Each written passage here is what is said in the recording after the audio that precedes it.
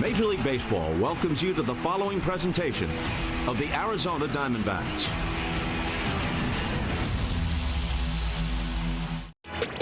The Arizona Diamondbacks have always had a deep connection with the baseball-loving country of Mexico, from the fan base to the players. They have played exhibition games in Hermosillo and Monterrey, dating back to 1998. But this weekend, for the first time ever, the D-backs will play a regular season series out of the border. Mexico City, the largest city in North America, welcomes in the Padres and Diamondbacks for a National League West showdown. From Estadio de Béisbol, Alfredo Harpelú. Bienvenidos a la Serie de la Ciudad de México. Elevado profundo. La bola va para atrás. Para atrás. Padres, Diamondbacks. A continuación en D-backs TV.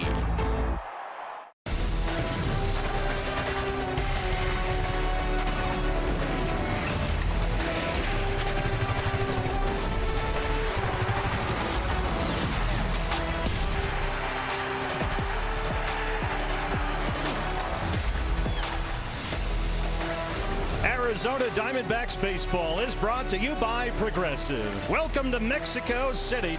We are here on Major League Baseball's World Tour, more than 7,300 feet above sea level on a ball field nicknamed the Fire Diamond. It's the Mexico City Series, and it's on D-backs TV. Good afternoon from Estadio Alfredo Harpelú. Steve Berthiaume and Tom Candiotti happy to be here with you with a very large Diamondbacks contingent for the first of two games, division games against the San Diego Padres. And Candy, so far this ballpark looks like a big league ballpark. It is a wonderful facility. Yeah, everything we've experienced so far has really been top notch. You know, the field especially, that's probably the most important part of it. But everything about it just seems like very major league, so it's kind of good to know. It's a very similar turf to what the Diamondbacks have at Chase Field, so it won't be all too unfamiliar. But this place, over the course of the years, has been a launching pad. 4 games have been played here before. A total of 22 home runs have been hit. It is a launching pad. I mean, balls are going to fly here. As you mentioned, we're almost 7,400 feet up in the air right now. Air is very light, the ball is going to fly, and you're probably going to see quite a few home runs in this game. Yeah, it's an anti-gravity situation here. You feel the elevation, 7,300 feet. It's 2,000 feet higher than Coors Field. German Marquez, the former Rocky, familiar with that. He opens up for the Padres against Zach Gallen for the Diamondbacks. Yeah, and both these pitchers had that familiarity of being able to pitch up high in high elevations. Of course, Gallen, even in Phoenix, is 1,800 feet above, but he's pitched a lot of times in Colorado. Marquez also has got familiarity with that, but it's all about keeping the ball in the ballpark in this game. First of two coming up on the Fire Diamond. We'll take a break for now. First pitch from Mexico City. The Mexico City Series almost underway. It's coming up next for you on D-backs TV.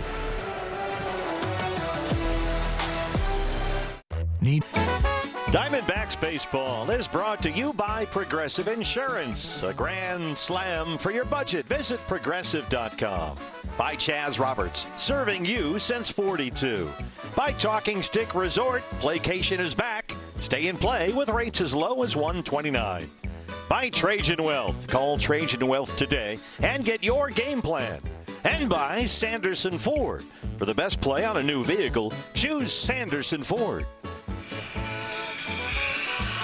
Major League Baseball's World Tour returns to Mexico City for the third time in 4 years. Serpientes in the house as we greet you from Estadio Alfredo Harpelú, home of the Diablos Rojos de Mexico. This is a stadium nicknamed the Fire Diamond, and Candy, it is on fire here this afternoon. You know, it's just impressive that you could get that out in perfect grammatics there. I'm sure it was spot on, right?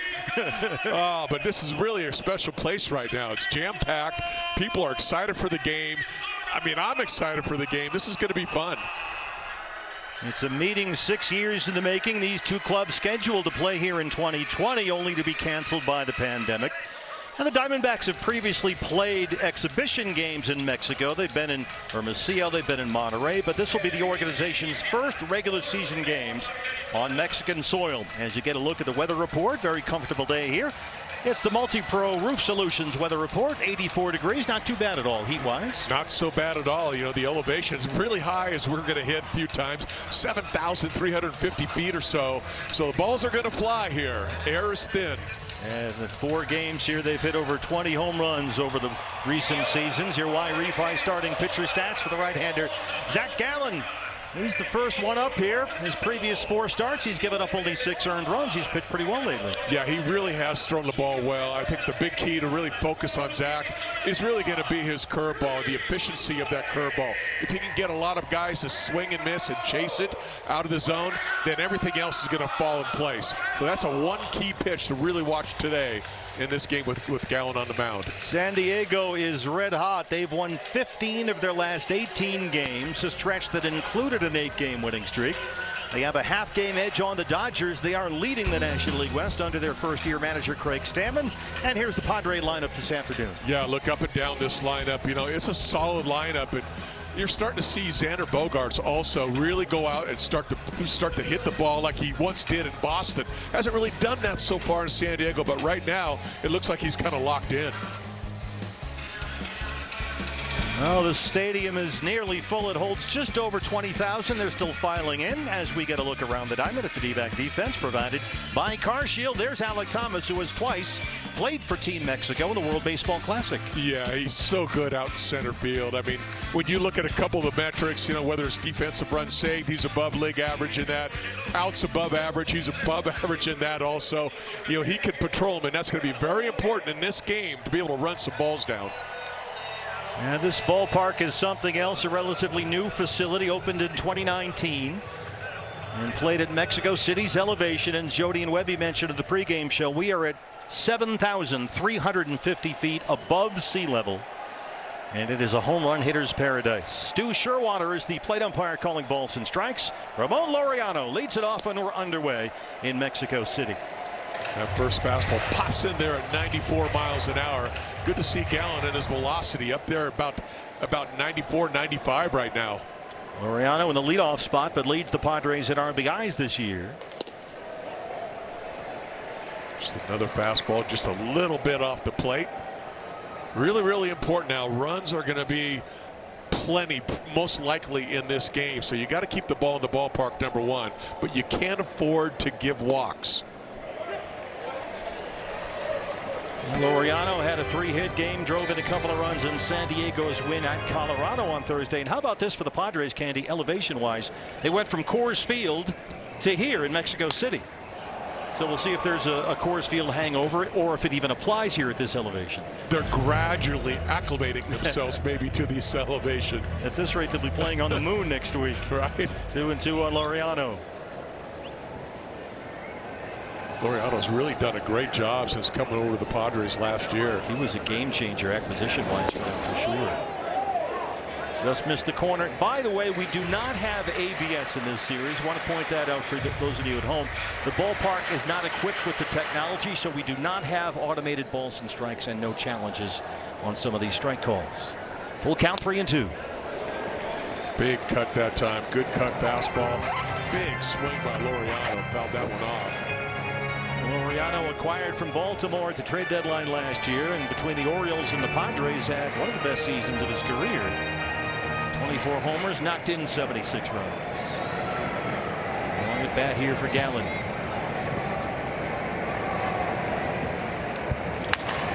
This is lifted in the air to right, room for Corbin Carroll. There's some pretty fair cloud cover overhead. We have patches of blue sky. Time now, Candy, for your Jeep. Keys to the game.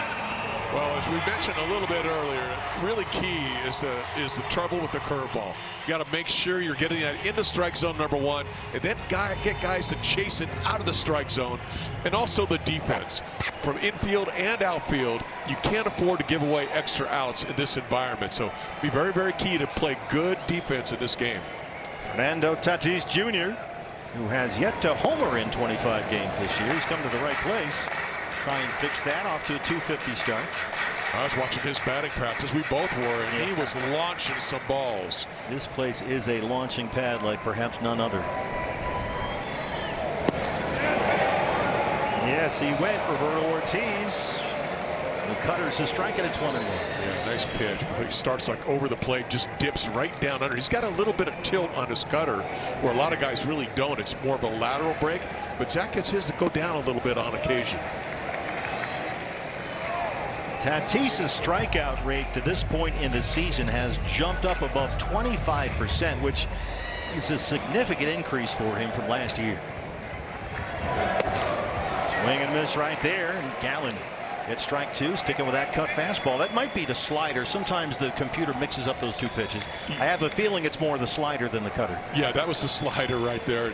And really, that's how you attack Tatis. He's really weak on right-handed sliders down and away. Won't chase that far out, though, and it's full count 3-2. So back-to-back full counts for Gallen on a day where pitch efficiency will be premium. Yeah, and Zach will throw a slider. That's about 89 miles an hour normally, but he throws it almost 25% of the time. Eldemaro Vargas has got it at first base, and Gallen has the first two outs. Boy, that was a really nice play. We talked about how important defense is. That's a perfect example of it. Vargas, this ball's hit hard on the ground. He's playing about halfway, and he gets to that ball quickly, right in the glove, takes it himself. Yeah, that's a big play. What a season it's been for Eldemaro Vargas. Two down for Jackson Merrill. The center fielder bats third. Should love that with Vargas. You could put him almost anywhere in the field out there. Plus his bat right now is just on fire. It's hard to place a value on what he's meant to this year's club. It's unbelievable. Allen curveball. Merrill lays off. It's ball one in his third season now. 211 and 3 home runs. Just really a budding star. Yeah, great sure. defense. He's got a bat. He can run a little bit. Didn't run that much last year, but he's very capable of doing that. His batting average for this season has dropped 50 points in the last 7 games. He's kind of fighting it right now. 2 for 26 in those last 7 games with 14 strikeouts. He's ahead here though, 2-0. Make it 3 balls and no strikes. Manny Machado is in the cleanup spot for the Padres. Looked like Zach was trying to play a little bit off his aggressiveness there. A 2-0 changeup. Thought he might get him to swing, but he laid off of it. Swings on 3-0. Vargas has got it again. Gallen in a foot race, and he wins it. Gets to the bag. A good start for Zach. A 1-2-3 first. The Diamondbacks in Mexico City are coming up.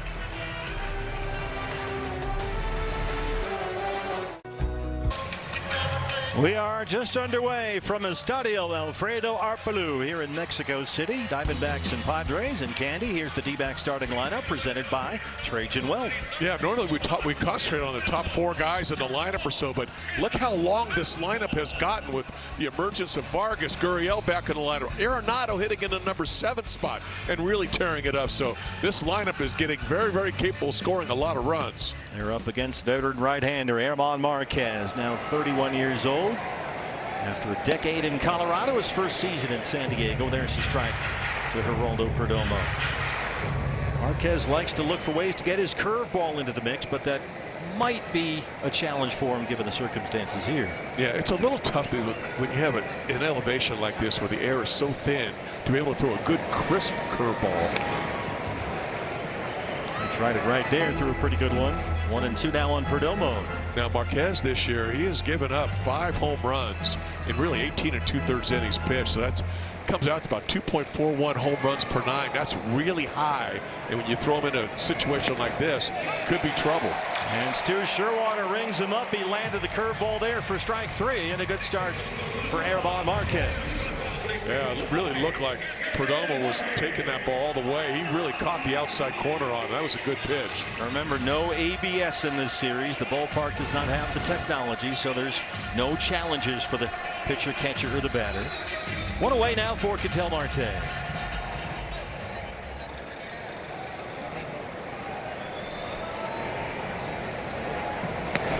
Well, Ketel, he's a guy that will go foul line to foul line. He's got pop. He'll drive it out of the ballpark. He'll pierce the gaps. He can pretty much do anything up there with the bat. Curveball lands for a strike. Marte coming off back-to-back 2-hit games in that White Sox series. where seemingly everything was coming off his bat at 100 miles an hour or harder. But first you got to make contact. Waves to the slider, and it's 1-2. Yeah, a lot of breaking stuff. That was the slider. We've seen the curveball already. So both pitchers really now early in this game are really relying on their off-speed pitches. Yeah, not afraid to see how those balls are going to break. And he painted the corner that time with a fastball. He struck out the first two looking ahead of Corbin Carroll. Boy, that was right on the edge also. It looked like that was more of a strike than a ball. Hard fastball right to his catcher's mitt. 96 miles an hour. Caught Cattell by surprise with that heater. Corbin Carroll bats third. There's a look around the diamond of the Padres defense. Jackson Merrill out there in center field. And as you said, defense is going to be a priority here. Yeah, and again, a lot like Alec Thomas, he goes out and he's got such great instincts. And you look at his first step, he can cover so much ground. This is along the left field line. Manny Machado drifting over. There's a decent amount of foul territory here, but maybe a little bit too much for Machado that time. It is an all-turf field. It's a very spongy, bouncy turf. It's very similar to what we have at Chase. Yeah, it really feels like you could really run like crazy on it. It's got a lot of bounce to it. And Manny looked like he had it. Looked like he was focusing in on the ball, went down into a slide, but just couldn't secure it. So Corbin gets a second chance down 0-2. Marquez looking to strike out the side to get things started.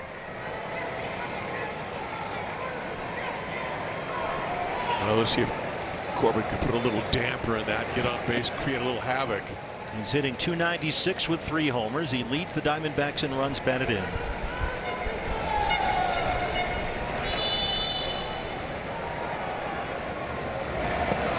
Torrivello trying to take advantage of Corbin's slug, create more RBI opportunities for him. So he's dropped them down into the 3-hole in the lineup, something that Torrey says he's probably going to stay with for a while.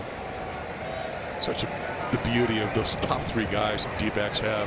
You can really just shuffle them up, put them anywhere. A high bouncer on that turf. Foot race is on. Bogarts from short, and they get Corbin Carroll at first. As we eventually get a mechanic there from Roberto Ortiz. Couple of 1, 2, 3 first for both pitchers. We head to the second here in Mexico City. When it came to Diamondbacks baseball is brought to you by Jack in the Box. Get Jack's new Smash Jack Sliders Munchie Meal with a chance to win the $75,000 prize for Jack's 75th anniversary. And by Jeep. Hurry in for the Jeep Declaration of Deals. Jeep, there's only one. Oh, we've talked a lot about the elevation here in spectacular Mexico City, 7,350 feet above sea level. It's no joke. You might even feel it simply walking around the city like we did yesterday or climbing some stairs. It's prevalent. You feel the elevation here. Which is amazing. We were discussing the 1968 Olympics. Yeah, the Summer Olympics were here. You know, think of that. Hard to believe. Manny Machado in the cleanup spot. Gallen coming off a 1-2-3 first. As a precaution, the Diamondbacks elected not to bring pitchers Eduardo Rodriguez and Michael Soroka on this trip.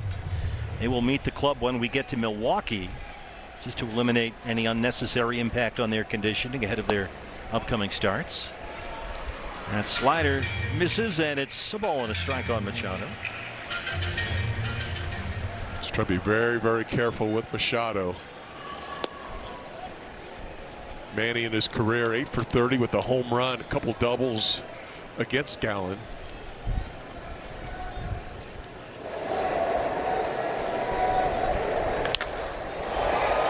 A smash to third. Arenado's got it. Boy, that was a rocket off the bat of Manny Machado. 108 miles an hour off the bat. Boy, it was hit hard, but Arenado, that's the right guy to hit it to. Back to his glove and makes a very difficult play look very easy. Well, it's a raffle fiesta in our 50-50, a rolling jackpot that includes not only the game the other day, but this game and tomorrow game. We're going to roll it all into one thing. It's already at $25,000. We're going to keep it open until the 7th inning on Sunday, so you can play along at home from anywhere in the state of Arizona. Get your 50-50 tickets online, dbacks.com/5050. And the winner will be announced after the game on Sunday. It is a 50-50 raffle fiesta. 3 days worth of 50-50s in one jackpot. That's going to be a good jackpot. I'll say. Well, that was 108 miles an hour off the bat of Machado when Arenado made it look like batting practice. Yeah, it was like no big deal. Oh, call it the hot corner for a reason, right? Right. Here's Xander Bogaerts, who's probably their hottest hitter right now. Bogaerts, 289, 4 homers. He's tops of the Padres at OPS and has more walks than strikeouts this season. He's kind of reverting back to how effective he was at the plate when he was with the Red Sox. Yeah, he's had a tough couple of years, last 2. Yeah. Leads the Padres in hits. He homered in their last game, a 10-8 win at Colorado on Thursday. And so Bogaerts arrives here riding a 5-game hitting streak. 2-2 from Gallen. Did he go? He did not, says Roberto Ortiz. That was a good curveball too by Zach. That's good to see. Was in the plate, started in there, and then it just kind of disappeared out of it. Yeah, that's a check. Yeah, that was a good call by the first good call all the way. Got it by him. Boys, got that slider cooking, Candy. He put that thing right on the corner. Oh, that was beautiful. Again, it's a pitch that starts in the zone and breaks it right on the outside edge. Good tilt to it, late break, great pitch. 5 up, 5 down for Zach. Now he faces the DH Gavin Sheets. Gallen looks like he's got a good little rhythm and tempo going right now. You always want to see that with the starting pitcher. First pitch strike to Sheets, the DH. 227 and 3 homers. Yeah, so much of that is tempo, rhythm, right? Yeah, right. Especially early on, because you're really fighting a lot of adrenaline that you have really built up. You want to throw the ball through the wall, and you almost have to keep yourself back a little bit. And Gallen is so good at being able to do that and really executing his game plan. Ball and a strike on the Padre DH. Plus, you know that he's heard incessant comments about the elevation and just like, oh, okay, I get it. Enough already. That's right. It's going to be a challenge. It's a challenge. Yeah. Well, he's never backs down from a challenge, so and he looks great. Now the 1-2. Punches that just foul up the line. Sheets on Thursday celebrated his 30th birthday with a 3-run homer in the 9th inning that gave San Diego a come-from-behind win over the Rockies in Coors. He's been a good fit here with the Padres. Now in his 2nd season in San Diego. 1-2 pitch. Swing and a miss. Gallen's got the breaking stuff working. 2 strikeouts and a 1-2-3 second, and he set down all 6 he's faced.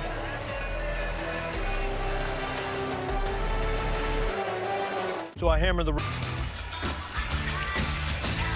Hey, D-backs Advantage members, you can earn 20 Advantage points when you enter the bonus word of the series into the Advantage member section of your MLB Ballpark app. And today's bonus word is Durazo, as in Ruby, the Diamondback great. Oh, he could pound it too. Look at him. Look at those eyes just focused over there at first base. Just another piece of that amazing 01 World Series champs who celebrate 25 years is Adrian Del Castillo. Leads off the 2nd against Germán Marquez.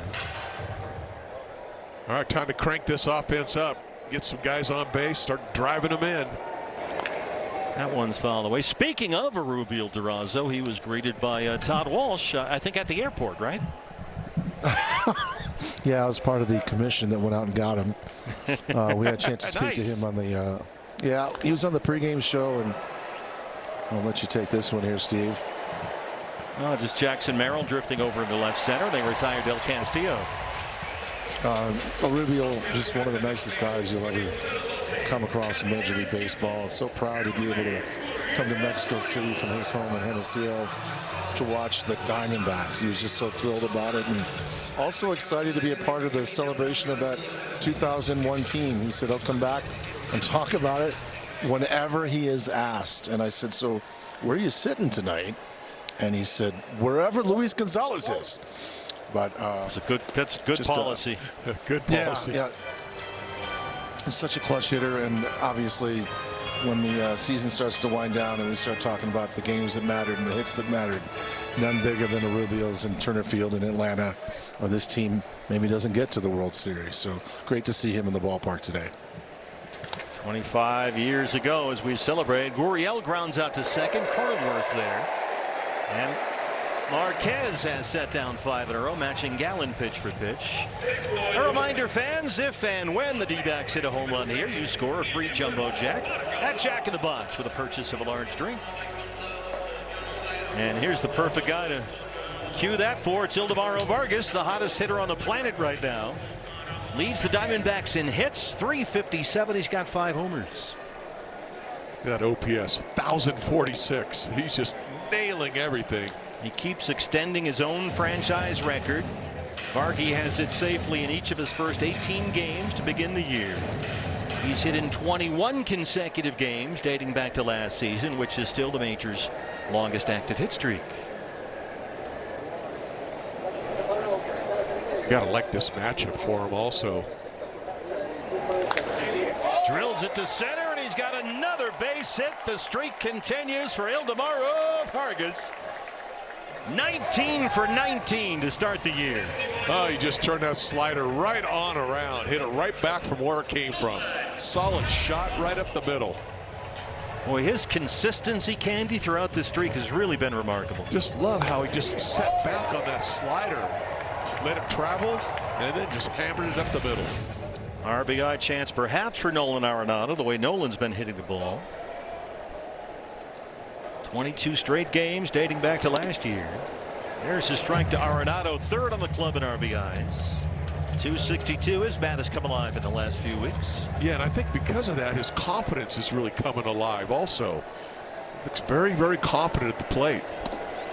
Nolan had 7 hits, scored 4 runs in that 3-game set against the White Sox this week.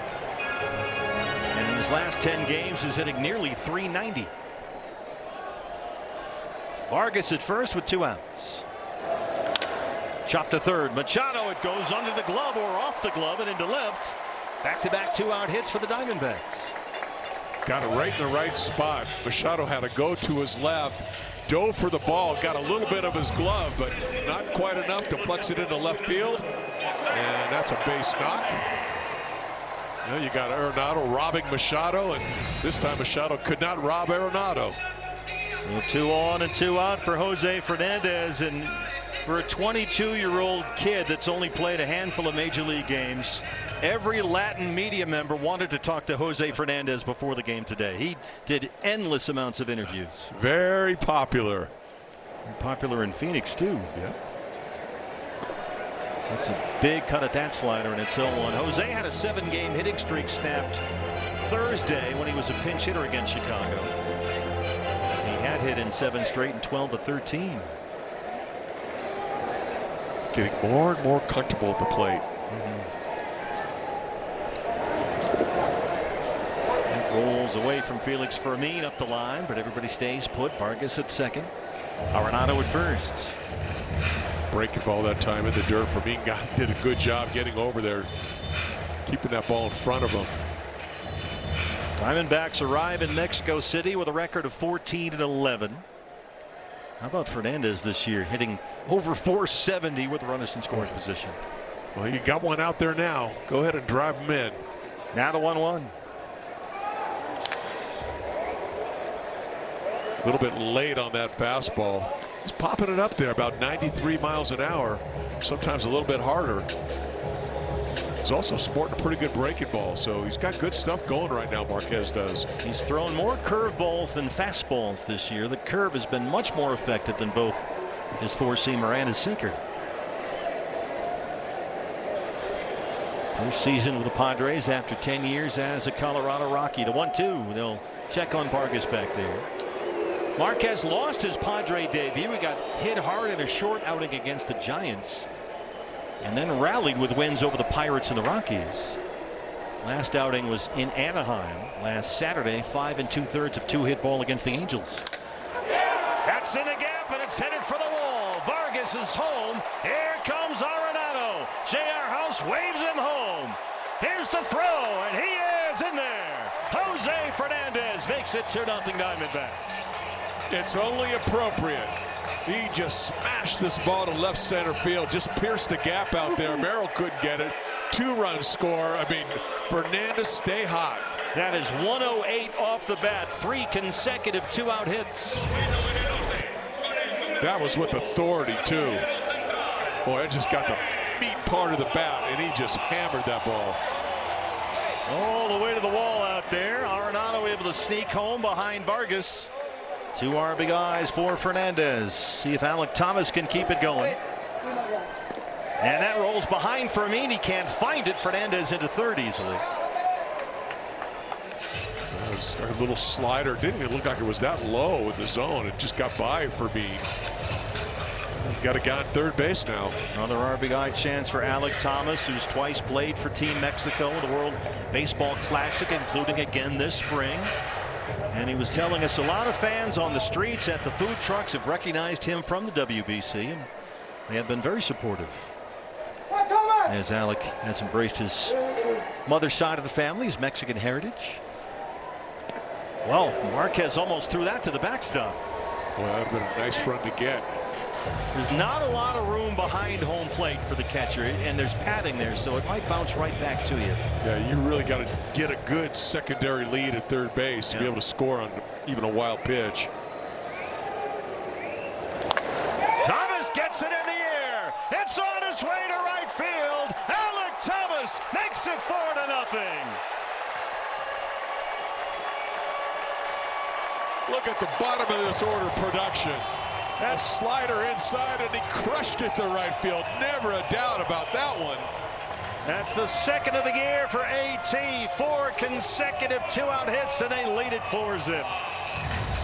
Profundo. Oh, that was right in his wheelhouse, too. Middle in, and he knew it as soon as he swung the bat.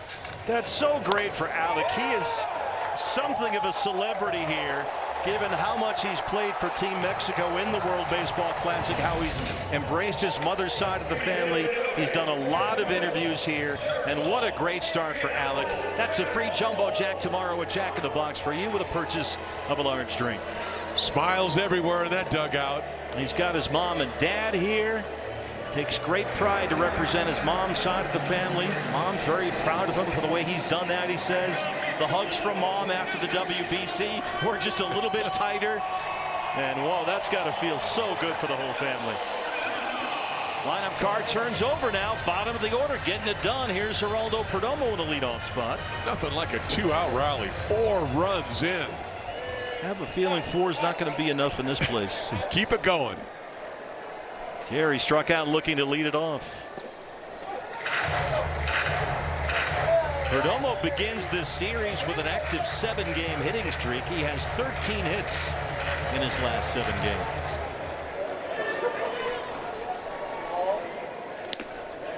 Still always one of the best eyes in all of baseball. He will work counts as well as anybody. Which is why Torey Lovullo has put him back up in that leadoff spot. Torey doesn't offer there. Torey calls it a wear factor for the opposing pitcher with Perdomo. Because with Jerry up there batting leadoff, he's got a chance to kind of dig into that starting pitcher a little bit with a pitch count. Make him work hard to get him out, which might set things up for Ketel Marte or Corbin Carroll behind him. It gives those guys a chance to see some pitches, particularly you got a pitcher that's really mixing his pitch mix up. A chance to kind of gaze at it from the on-deck circle. 3-1. Kind of hittable fastball right there. That's the 2-seam sinker running away from the left-hand batter. Got him his first at bat on that backdoor slider. Let's see if he tries to come back out that way. And Jerry will take timeout. We have Bogarts, a shortstop, playing right up the middle of the field.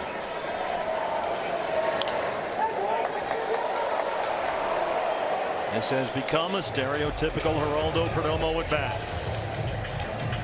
We've seen sliders, changeups, sinkers, knuckle curves. 7th pitch on the way. It doesn't matter. You're right, Marquez is really mixing things up. On the ground is second. Cronenworth over to collect it. A 2-out rally in the second gives the Diamondbacks a 4-0 lead. Vargas and Arenado single. Fernandez splits the gap for 2. And AT tacks on 2 more. It's 4-0 Diamondbacks in Mexico City.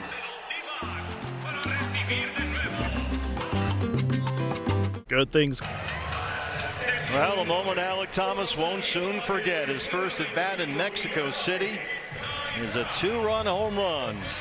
And it's given the Diamondbacks a 4-0 lead in the first of this 2-game set against the Padres.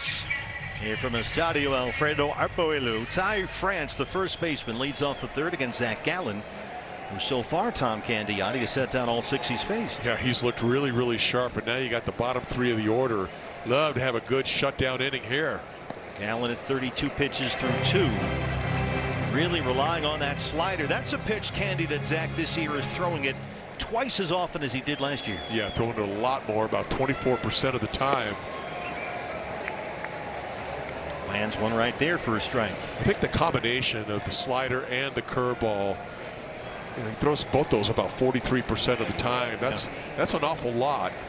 It's been getting hit hard too, but it's been effective so far today. Corbin Carroll able to run it down with that closing speed, and Gallen has set down the first 7. Oh, great to have some kind of speed like that. Corbin Carroll froze a little bit because you're not quite sure how the ball's going to carry here. Yeah. And then he just recognized where the ball was going to end up, and he just turned on the afterburners. Padres catchers Freddie Fermin will take his time out before he steps into the box.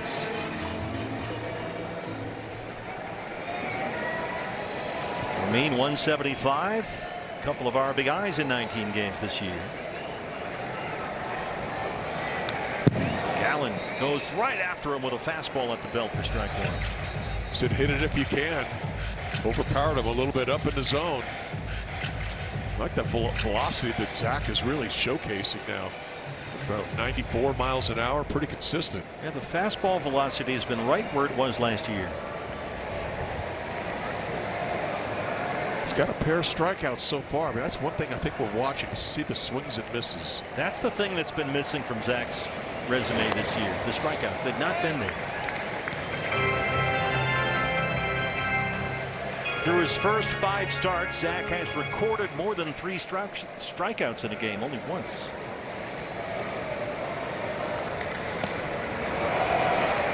Another nice pitch, gets the swing and a miss. Back to that slider. It's showing up on your screen as a cutter. It's really a slider. That happens a lot with some of the technology. It confuses the 2 pitches.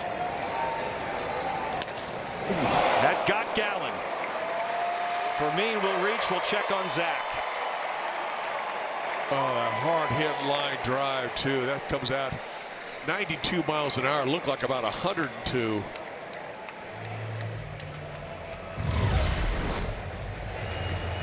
Zach is a really good fielder too, and fields his position about as well as anyone, but couldn't get that one. Torey Lovullo and the training staff coming out to have a look. Max Esposito is out there looking at Zach, who doesn't appear to be in any immediate discomfort. You know what he did is almost like a batter getting hit by a pitch. He really turned his front shoulder into it. Good call. And kind of like cushioned the blow a little bit.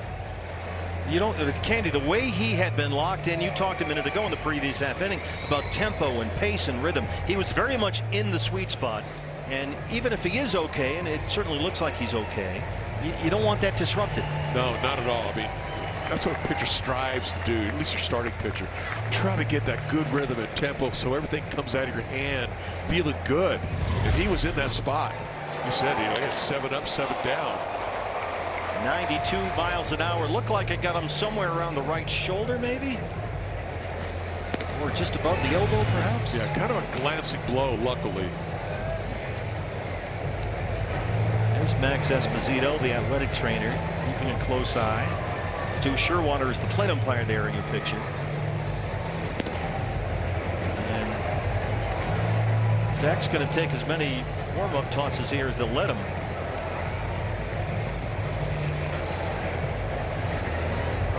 He doesn't look.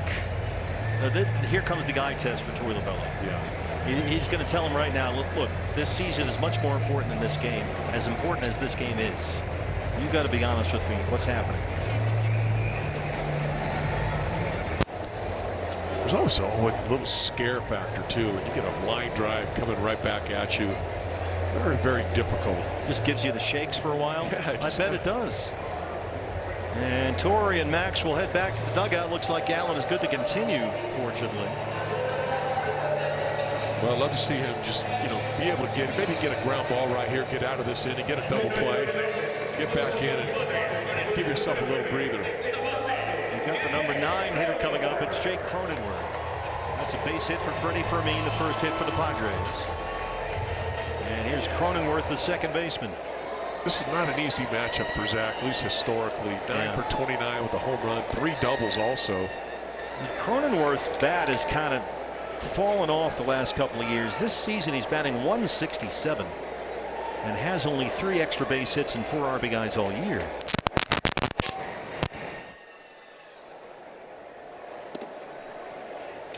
He'd like to be doing more damage at the plate. He has slugged under .400 each of the last 4 years. Jake Cronenworth. And that's really what he tries to do. He's not up there just trying to get base hits the other way. He's up there to do some damage. If you're not doing that damage, he's really scuffling. On the ground to Marte, makes a terrific play. They'll have to settle for 1, but what a gorgeous stop there by Marte to keep that from rolling into right field. Boy, not only was it a good play, but a really good decision on his part. He thought about maybe trying to get the lead runner, and that was going to be a very difficult play. And in mid fielding the ground ball, he still had the presence to throw it over to Vargas to get the out of first. Cronenworth hit it into the ground. Here's the Padres RBI leader now, Ramon Laureano, in the leadoff spot, who flied out his first time. Fermin at second with 2 outs.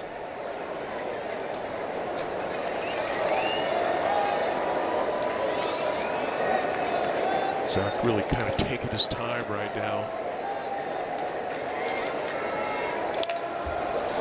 He's right at him with a fastball at 93. Laureano had a 3-hit game, drove in 2 runs in their win at Colorado on Thursday. He's been a terrific addition for them.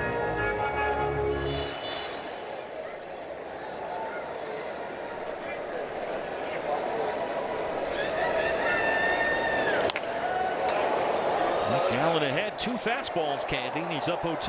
And he really looks just like he did the first couple innings, even after getting hit by that line drive. Pretty effective pitch. Well, only Zach knows how, if at all, it's affecting him, but it doesn't look to be, at least at this point. You never know, when you go in, how it's going to feel, if it's going to swell up, what's going to happen. 3 straight heaters now. That one way upstairs. Zach pulling out his little note card. And it's a very cerebral approach, always with Zach Gallen. There's always a plan. Now the 1-2. Tried the slider. A good pitch too. Looked like that one had some of the play just a little bit too low. Gallen has not been going especially deep into his starts this year anyway. He's completed 6 innings only once this year. And only once all season has he thrown at least 90 pitches. And he might get clipped shorter because of the elevation here today, Torlavello told us. Laureano doesn't chase the changeup. And he's come back to work the count full 3-2. Usually after a Coors Field start, in a Coors Field start, Torrey says he'll clip the pitcher 7 to 10 pitches. Might be even more than that here today. We'll see. Back to the slider. Yeah, he got that right on the end of the bat. Another nice pitch by Gallen. Torlavello is on the phone. There's no activity in the bullpen. Don't see anybody warming up in case Gallen is not able to continue. It's quiet back there for now.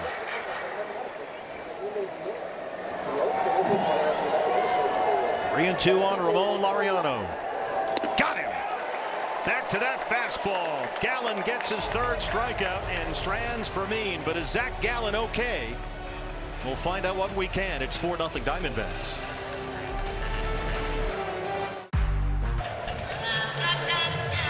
Welcome back to Mexico City, where Zach Gallen just took a line drive base hit off, it looked like his right shoulder somewhere. Here's a replay. And Candy, we see Brandon Pfaadt. He's not warming up right now. He's not on the mound pitching, but he is loosening up. Yeah, he had a little weighted ball out there. A lot of pitchers will do that, but watch the way Gallen takes the hit. Oh, a high fastball right by him. Good to see that, but a lot of pitchers will get that weighted ball and just kind of start getting the blood flowing a little bit. Saw Torey Lovullo on the bullpen phone, and Brandon is just sort of loosening up. He looks like he's sitting back down now, but there is no one warming up. So we'll take that as a sign that Zach Gallen is going to be able to proceed. Ketel Marte will lead off the third against German Marquez. Ketel struck out his first time up. Good inning now for the D-backs. See if they can kind of add on to that lead. They did such a great job first time through the order.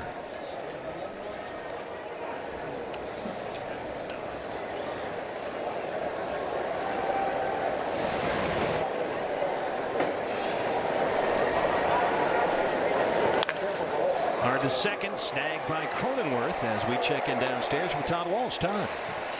Guys, down here in the dugout, Zach Gallen came to his normal spot, which is at the far end of the dugout as he sits between innings, put his stuff down, but then made a beeline with Ryan DePanfilo downstairs, looks like for more treatment and observation, let you know if and when he comes back up.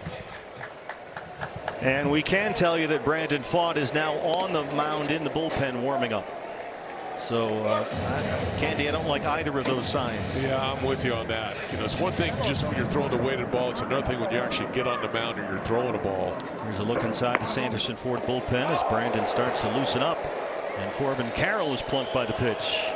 That's that two-seam sinker that has not been all that effective for Marquez this year, and it's a one-out base runner for the Diamondbacks. No, he really tugged on that ball. I'm sure he was trying to keep it inside. It got him right down to the back foot, maybe the front foot, but foot level. We'll see if Corbin wants to run. Ahead of Adrian Del Castillo. Del flied out his first time up. Del Castillo is catching today in the cleanup spot. We were told today Gabriel Moreno will not rejoin the club for the Milwaukee series after this weekend. Torey Lovullo said today they're going to push Gabby back a bit as he deals with that left oblique. So that was slightly discouraging news. We thought that Moreno would be able to be activated for that Milwaukee series. Starts on Tuesday, but it looks like he'll be pushed beyond that series. Still young season right now. You just got to give guys extra time, extra days if they need it. That one knuckled a bit on Fermin. 1-1 on Del Castillo. Corbin still holds it first. ADC hits it high in the air to left, drifting near the line is Laureano, and he's got it in foul territory. Let's get this message from Tim Hovick and our buddies at Santan Ford. Man, these are some great seats. They're your seats, Tim. Oh, I guess that explains it. Torey, really, that I think is Torey's best performance, just the deadpan one-liner. I think those two actually like each other. You can't not like Tim Hovick. It's impossible. Lourdes Gurriel Jr. Lourdes in left field, bats fifth. He'll check on Corbin at first. Like to get Gurriel going, coming off last September's surgery on that right knee, the ACL reconstruction. He is, as he steps in here, 1 for 17 so far. It's amazing he's back this quick. Really amazing. I mean, his knee blew up on him last September. And then they carted him off on the field. He was in tears. It looked like, oh, that's just a horrific injury. But he, by every report, just crushed his rehab. Worked out all winter long in Miami. And the reports have been glowing about the work ethic. Corbin looks like he wants to go. Stays put for now. Here's a chopper to short. It backs up Bogart's quick glove hand. And they got Corbin at second base as Jordan Baker, the crew chief, down there. Bogart's really backed up on this ball to get the lead runner. We're through 3 in Mexico City. It's 4-0 D-backs. The 3 for. Welcome back to Estadio Alfredo Arpelu, where Zach Gallen will apparently not be able to continue after taking a line drive off what looked to be his right shoulder off the bat of Freddie Fermin in the third inning. So here is the second relief outing for the right-hander Brandon Pfaadt since his move to the bullpen. And you might recall Brandon saved the entire pitching staff when he carried the ball for 6 1/3 innings of relief. That was last Sunday against Toronto. which turned out to be his longest outing of the season so far. So Tom Candiotti, Gallen goes 3. They hand the ball to Fott for the 4th. Yeah, I think Brandon's really trying to get acclimated to this role. It's something new for him, and I think the more he does this, the better he's going to get for it. He came on in the 3rd in that game against the Blue Jays Sunday and pitched the entire rest of the way through 84 pitches.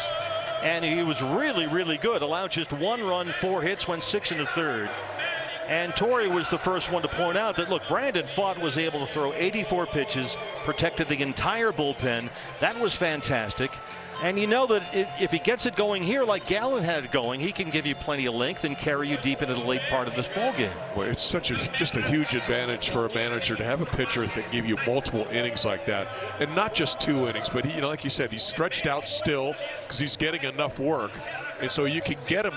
You can really stretch him out to 3 or 4 innings or whatever it calls for. He didn't get a lot of time in the bullpen to warm up, so I think they're giving him some extra warm-up pitches here to start the inning, replacing an injury. Let's take a look at what happened to Zach Gallen just a few moments ago. This is off the bat of Freddie Fermin in the 3rd.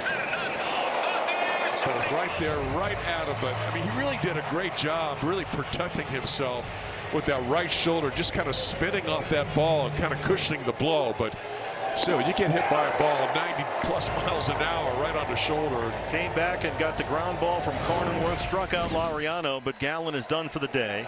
Fernando Tatis Jr. welcomes Brandon Fott as we start the 4th. Got some cloud cover overhead is beginning to part. There's much more sunshine in the field right now for the outfielders, particularly in left field where Lourdes Gurriel is out there fighting the sun. Tatis grounded out his first time.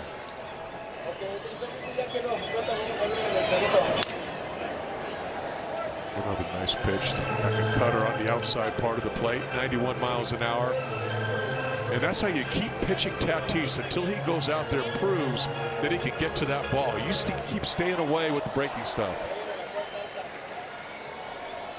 His strikeout rate has spiked up above 25% this year. The curveball lands for strike 2. They're going to show him a lot of spin.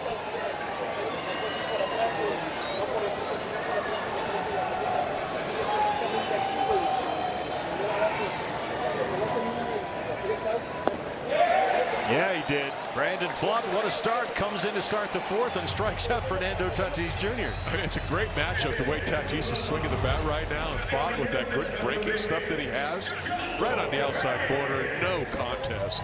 You know, Candy, we have talked ad nauseum about the elevation here, 2,000 feet higher than Coors. The ball doesn't move the same as it does other places. It's a challenge to spin the ball and get your breaking pitches to have the shapes we want, but it seems like so far all the pitchers in this game have thrown pretty solid breaking balls. Yeah, I agree with you 100% on that. The breaking balls look like they've been sharp.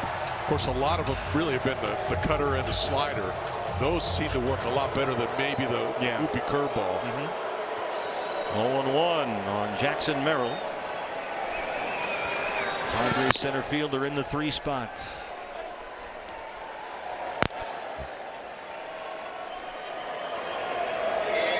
Merrill stuck in a 2 for 27 slide right now.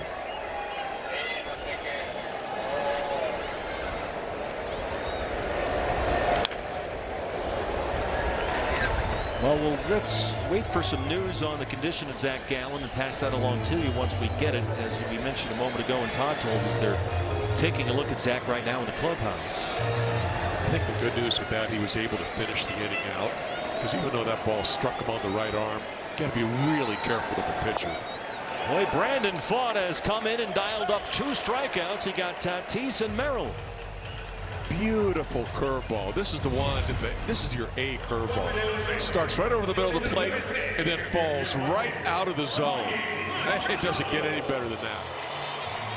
Well, can Brandon Fott come in emergency relief and strike out the side? Not just that. Tatis, Merrill, and Machado 2, 3, and 4 in the San Diego lineup. Here's Manny, who grounded out his first time. Liner to center. Alec Thomas goes top shelf to grab it. And tip of the cap to Brandon Fott. Comes in and makes short work of the Padres in the 4th. And in Mexico City, it's 4-0 Diamondbacks. Well, Welcome back to Mexico City, where the hit machine, Ildemaro Vargas, leads off the home half of the fourth. Diamondbacks with a 4-0 lead over the Padres. And Vargas, the subject of our progressive player profile. Dating back to last season, he's now hit in 22 consecutive games. He's moving up the charts in terms of Diamondbacks franchise history. He's just been unbelievable. I mean, he's slashing the ball. He's the one that got the rally going last inning. So they had 4 consecutive 2-out hits against Marquez. Vargas and Arenado singled. Jose Fernandez doubled in 2 runs. Alec Thomas launched a 2-run homer. And now Vargas leads off the fourth. Oh, he had a wide open Machado, kind of playing well off the bag and playing semi-deep, like a shallow shortstop. If he gets that bunt anywhere down, he's going to beat that out. Yeah, you can see Manny left of your screen was not going to get to that one. No way. Ildemaro now at 366, 1 for 1. He's extended his own Diamondback record by hitting safely in 19 straight games to start the season. 22 games in a row dating back to last year.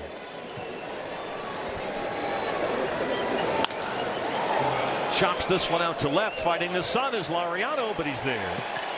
I will say this, Candy, there's a lovely breeze coming in from center field, and it's picked up just a little bit here in the last 10 minutes or so, but there is a bit of a wind blowing straight in from center here. Yeah, as you can see by the flags out in center field, they're kind of blowing in this way. Yeah. I actually thought Laureano misjudged that ball. I thought that ball was going to sail over his head, but that wind might have knocked it down a little bit. Keeping everybody here at the ballpark cool. Arenado singled as part of that 4-run Diamondback second. And Nolan just keeps on hitting. Not watching his batting practice. Just hitting line drives the other way, not trying to hit the ball out of the ballpark. He's stroking line shots each way, each field. Last 10 games, he's got 4 homers and 12 runs batted in. Confidence really growing in Nolan. He had a horrible start, and a guy that's been around has done everything in this game, and now he's getting it back now. Good slider for Marquez, and it's 1-2. Yeah, Nolan has hit the ball so well that in those last 10 games, he's raised his batting average by about 100 points. So he's quickly gaining ground. He pokes that one into very short right field, and Nolan Arenado's 2 for 2. That's all it takes. Yeah. Just a little bit of contact. The slider was off the plate. Probably would have been a called a ball, but he stayed with it, had plate coverage, and just drops it into short right. Well, here's the guy that opened up the scoring. Jose Fernandez hit a missile into left center that scored 2 runs. Back in the second, he's the DH batting 8th. Well, you hit it on the head when you're talking about, but he's a clutch hitter more than anything right now. That's the thing about him that makes him a little extra special. And he will get the bunt down. Machado will charge, bare hand play, and Jose with that speed gets up the line. The bunt, Candy, becoming a bigger and bigger part of the Diamondbacks arsenal. Everyone seems to be willing to give themselves up, not as a sacrifice, but to just drop the ball down, get on base, move the line a little bit. This is Jeff Bannister's work right here. I mean, this is Manny Machado at third base, and Manny made a great play on this ball. And Fernandez with that speed beats it out.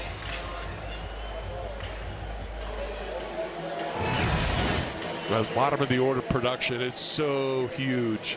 Get these guys on base, turn that lineup over. Alec Thomas. Alec turns on that one, a slider out in the front. Alec launched a towering home run out to right. His first time up. This is in the second, and boom. Oh, there was never a doubt. He just eyeballing it from the get-go. What a great moment for Alec. He has been one of the stars of the Diamondbacks organization since we've been here. Thanks to his play for Team Mexico in the last 2 World Baseball Classics. Laureano again in left. Nearly misplayed that one, as it almost carried over his head. Yeah, that ball was hit the opposite way, too. 101 miles an hour. A line shot. Laureano's playing deep anyway. That ball still almost got over his head. And Candy, you made this point earlier. When we say he almost misplayed it, we don't mean to be unfair to the outfielder, but the ball is going to carry differently here than it normally would. Yeah, I mean, we're 2,000 feet higher than Coors Field. Yeah. So it's going to have an effect. If you're used to a ball coming down to a certain pattern, it's not going to do that here. You got a little carry. Ketel Marte or Geraldo Perdomo, 2 on and 2 out. Jerry has struck out and grounded out 0 for 2 so far. Diamondbacks have out hit San Diego 6-1. They lead it 4-0. It's the first installment of baseball's return to Mexico City. That one caught Fermin back there. Ouch. Yeah. So you want to be a catcher. BB, how'd you do it all those years?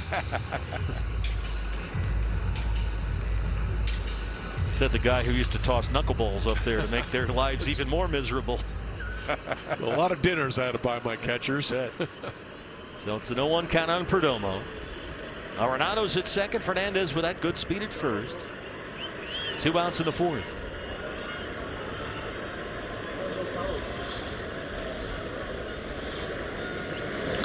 Jerry chops it to first. Nice play for France. The Gold Glovers got it. Marquez covers. And he strands those back-to-back 1-out singles. We're moving along into the 5th where it's 4-0 Diamondbacks. A family. That was my 12-year-old team back in here in the north side of the Mexico City. There's a place they call Tolteca. It's a little league, and that's when I started playing baseball. So that was my second or third year playing actually little league. That's our friend Rodrigo Lopez, who made the mistake of showing me a team picture from back in the day, and I said we have to put that on television. Told me he was a shortstop and a pitcher, then left baseball for a minute to play football, and then once he saw Fernando Valenzuela, well, that was the mark, and the rest is history for him. Great tour guide, by the way. If you're wandering the streets of Mexico City, find Rodrigo. Yeah, Rodrigo, a very proud native of this amazing city. Xander Bogaerts starts off the 5th against Brandon Pfaadt. Pfaadt coming off a 9-pitch 4th inning with 2 strikeouts. In relief of Zach Gallen, if you're just joining us. Gallen in the 3rd took a line drive off what appeared to be the right shoulder. Finished the inning, but came out of the ballgame after that. And now Pfaadt is on for his 2nd inning of work. Such an easy first inning he had. He just cut right through him. Struck out Tatis, struck out Merrill, got Machado the line out to center. 3 outs, 9 pitches. 2-1 on the Padres shortstop. Yes, he went, says Roberto Ortiz. It's 2-2. Beautiful pitch. The breaking ball looked more like a cutter, I guess. It just really took off. Now, Pfaadt we saw last year did start throwing that cutter, which is a little different from Gallen.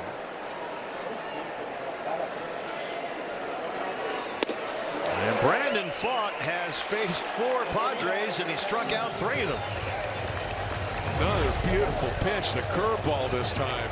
I mean, everything about this pitch was great, especially the tilt. That thing just went straight down, off the table. 4 up, 4 down for Pfaadt. Padres DH is Gavin Sheets.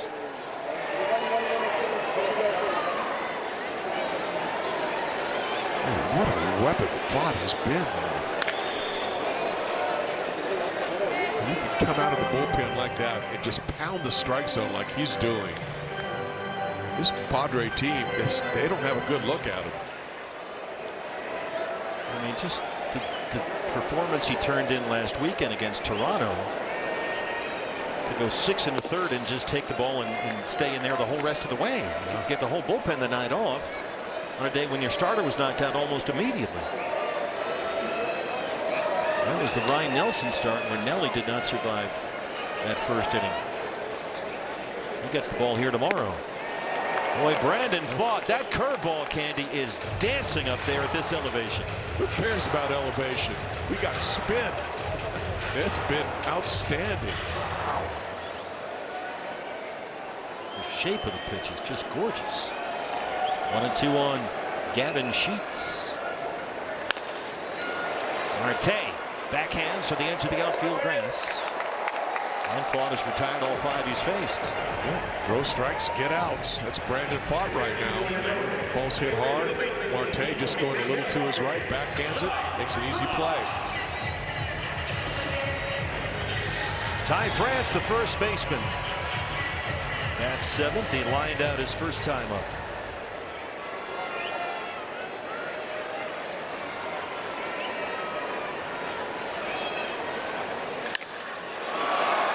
skies it high in the air, and this is headed for right center, and it's headed for the seats. Well, it looked like he just tried to get ahead with the two-seamer, and France was ready for it. Went the opposite gap, but he got backspin on it and carried out of here. Second of the season for Ty France. He won an opening day roster spot after signing a minor league deal, and he gets the Padres on the board. 105 off the bat. Pitch is a little bit down, a little bit away, but not down far enough and not away far enough. And yeah, he got it. That sinker came back out just enough. Fermin hit the liner up the box. That was ruled a base hit that went off Gallen's shoulder.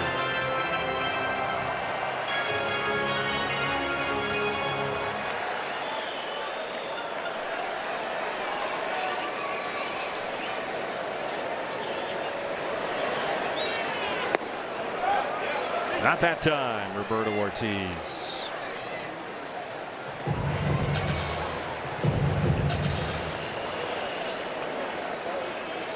Just looking to get a ground ball right here.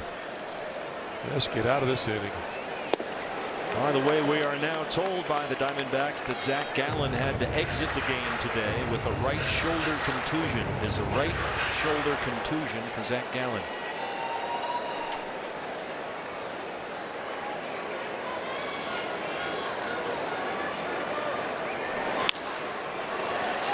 That's a foul ball as we get this message from Jack in the Box. Get my new Smash Jack Sliders Munchie Meal for a chance to win $75,000. Welcome to Jack in the Box.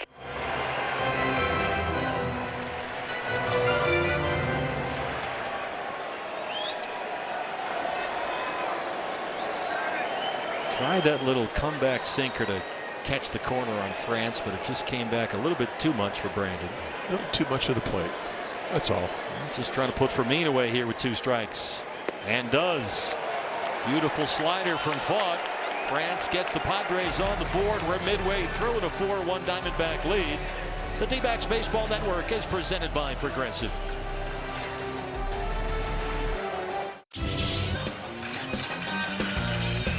Well, here's a look around the league brought to us by Bet365 and some turmoil in Red Sox Nation. Alex Cora, we can now confirm, has been fired as Red Sox manager. Many of the coaching staff in Boston also being let go. That had been initially reported by Jeff Passan of ESPN and some others. Red Sox owner John Henry has followed up with a statement confirming that. So Alex Cora is no longer the manager of the Boston Red Sox. Oh, yeah, they won 17-1 today.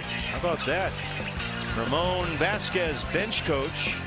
Kyle Hudson, third base coach. Jason Varitek, who's been part of their game planning staff, have all been let go at Fenway Park.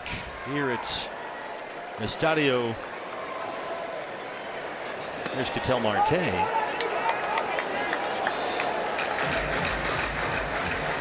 right, third at bat here for Ketel. He has struck out, grounded out, leads off the 5th against German Marquez. Estadio Alfredo Harpilu, which is the baseball home of Diablos Rojos de Mexico. They call this stadium the Fire Diamond.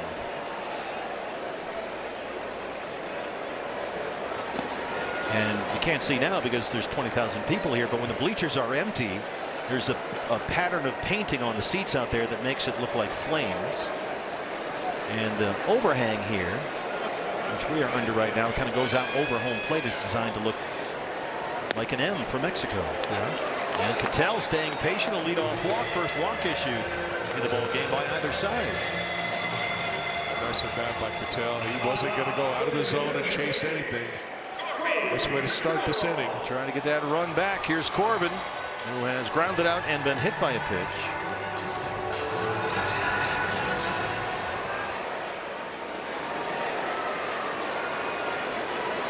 Third time through the order this year. Marquez, hitters hitting .333 and slugging .929 against him.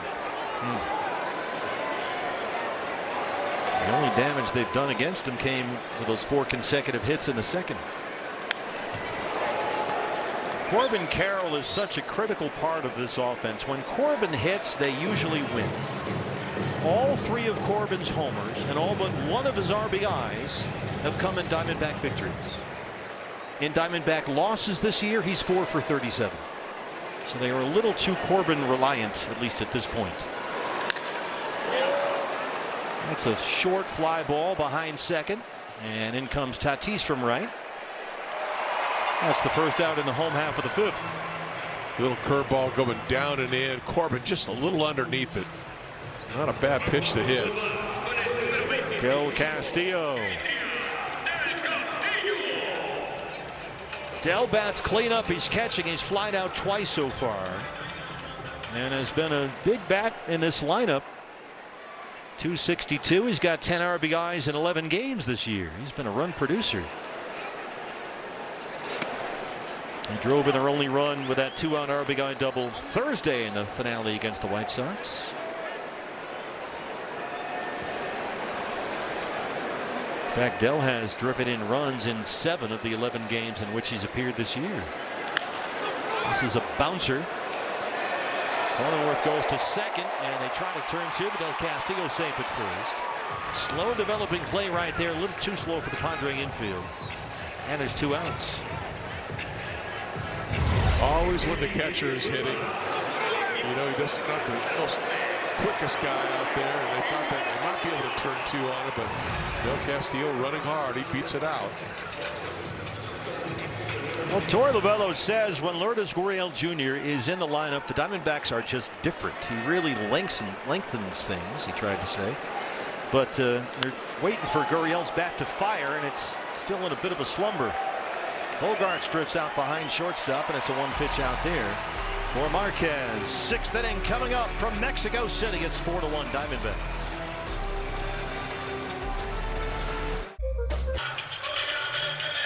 Back with you from Mexico City, where the elevation here is more than 7,300 feet above sea level. Candy, you're not supposed to be able to throw breaking pitches in this kind of environment, but that's not been the case today. It certainly has not been. I mean, look at some of these breaking balls. I mean, they're just taking off. I mean, not just laterally, but also vertically. They just have some good downward bite. And we didn't think this would happen in this high elevation, but it's certainly happening right now for the D-backs. Our Chaz Roberts cool plays of the game. Brandon Pfaadt took over for Zach Gallen to start the 4th. Gallen had to leave after 3 with a right shoulder contusion. Got hit by a line drive comebacker off the bat of Freddie Fermin in the 3rd. Gallen did finish the inning, got the next 2 outs. But after that was done for the day. Pfaadt has been tremendous so far, giving up just the Ty France homer. And Jake Cronenworth, their number 9 hitter, leads off the 6th. It's 2-0. Estadio Alfredo Harp-Elu is relatively new, opened in 2019, seats just over 20,000 fans, and this place is packed. And even trying to walk in the concourse, right? Oh, you couldn't move. You could not move. It says 20,000. It looks like a whole lot more than that. They are really excited about this series here in this city. There's tons of Diamondback fans here. You know, we were down there filming the Open on the field. We met a whole bunch of Diamondback fans who live in Mexico, who are Mexican, and watch all the games. I love it. It's a great market for Diamondbacks, for the organization, and it's great to be here to support that. They were coming up and say, yeah, we live here in Mexico. We lived here all my life. I watch all the games. Yeah. We love the Diamondbacks. They knew everybody. They had their D-back jerseys on. It was great to see. 3-1 on Cronenworth. That is coming back here out of play.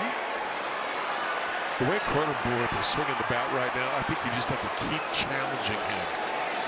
You don't want to put him on base, but come right after this guy.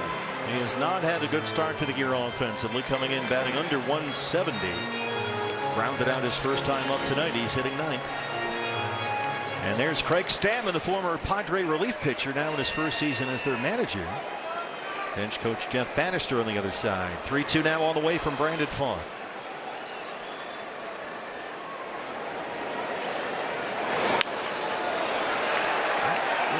You brought this up during the commercial break, and I tend to agree with you, Candy. They might want to think about turning the lights on here. Yeah, it looks a little dark. I know the lights are kind of on, but it doesn't look like it's real bright out there. We have some fair amount of cloud cover. It's a very pleasant day here, but it's a little dark in the ballpark. 3-2. We'll keep going. Cronenworth putting up a fight here. Good pitch on the inside edge. He has worked a lot, Jake Cronenworth, with the Padres. There's the light situation. Padres' new hitting coach, former Diamondback Steven Souza Jr. is San Diego's hitting coach. And Cronenworth has been one of his busiest students. Again on 3-2. And he worked a walk. Leadoff man's aboard. Don't want to lead off the inning with a walk ahead of the top of this Padre lineup. Just a little bit under the strike zone that time. Not a bad pitch. It was 2-2 or 1-2, but 3-2, you can't take that chance. Celebrate Mexican Heritage Night with the Diamondbacks coming up June 4th. It's presented by Coors Light.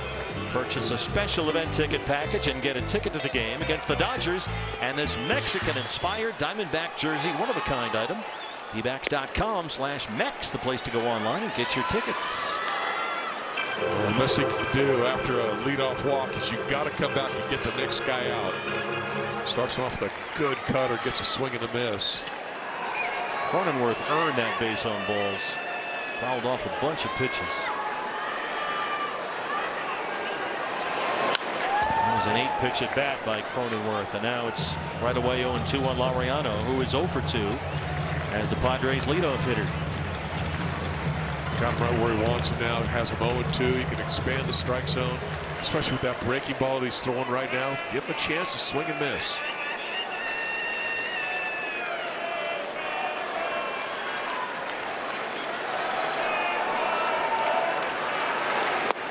That's exactly what happened. You called it, Candy. That curveball is still dancing up there. And in less than 3 innings of work, Vaught has punched out 5. It's a classic example of why you want to get to strike 1 and strike 2. Control the count. That way you can get hitters to chase pitches out of the strike zone. And that's exactly what he did to Laureano right there. Well, it only gets harder from here. Here's Fernando Tatis Jr. The first batter Vaught faced when he came on to start the 4th, and he struck him out. That is smashed to shortstop. Perdomo spins and throws. Geraldo Perdomo starts a gorgeous double play. 110 miles an hour, 110 off the bat of Tatis, and Perdomo spins and turns 2. We're in Mexico City, and the Diamondbacks have a 4-1 lead over the Padres.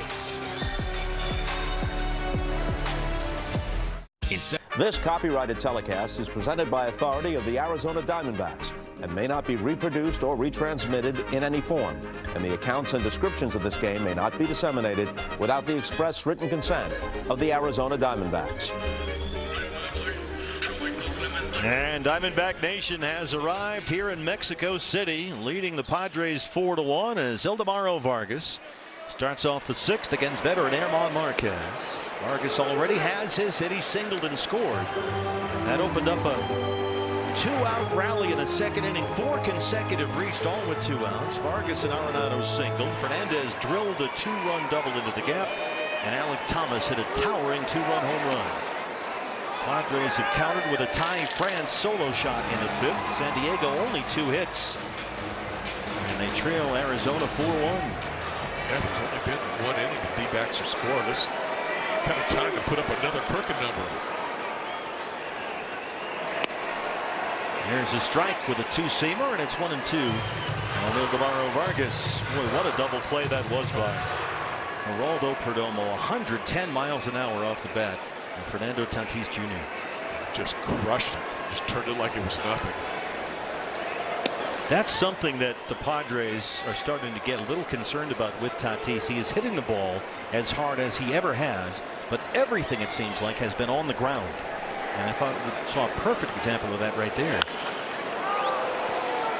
Vargy lost it to center for Jackson Merrill. Wind has died down a bit out there. Those flags in center field are still. And that's the first out as we go back downstairs and check in with Tom Walters.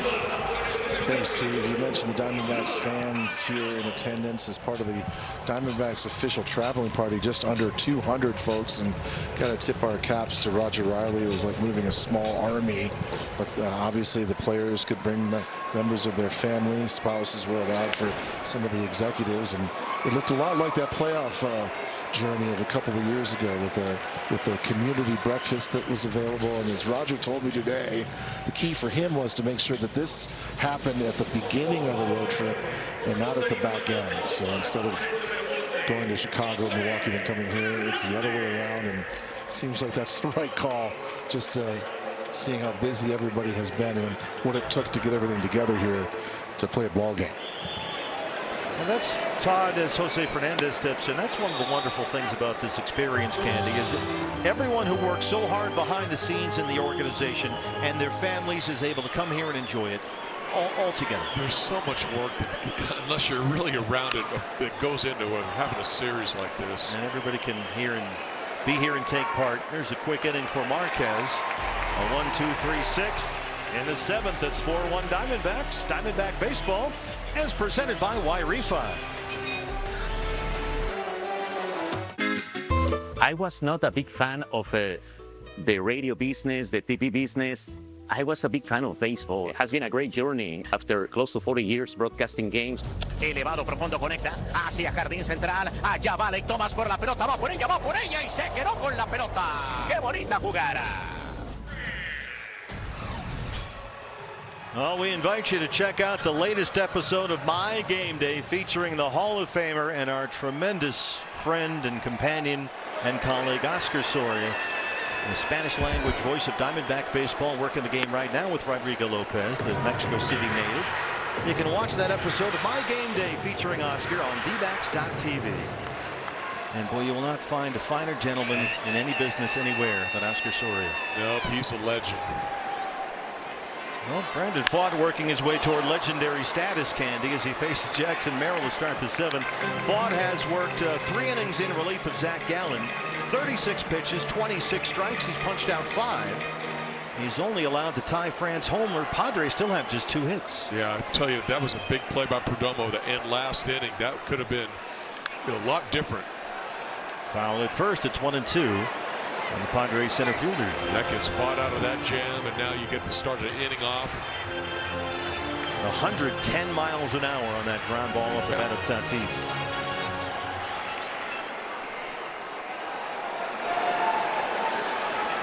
Pfaadt's had that curveball dancing so far. He struck out 5.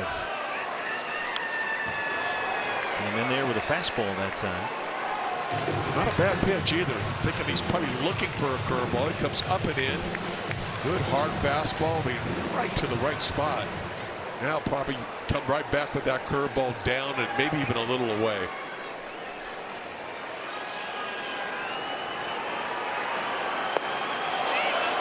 Didn't offer, says Rob Drake at 3rd. Oh, he wanted to too. That was a good curveball, just a little bit too low. He tried. That's a check. So now the 2-2.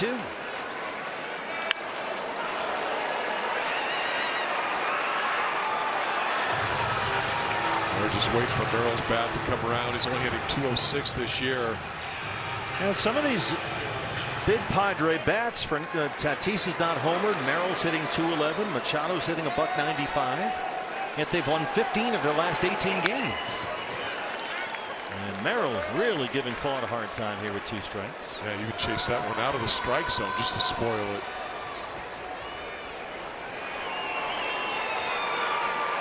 Pitch number 8 in this at bat on the way. A lot of fastballs in this at bat from Pfaadt.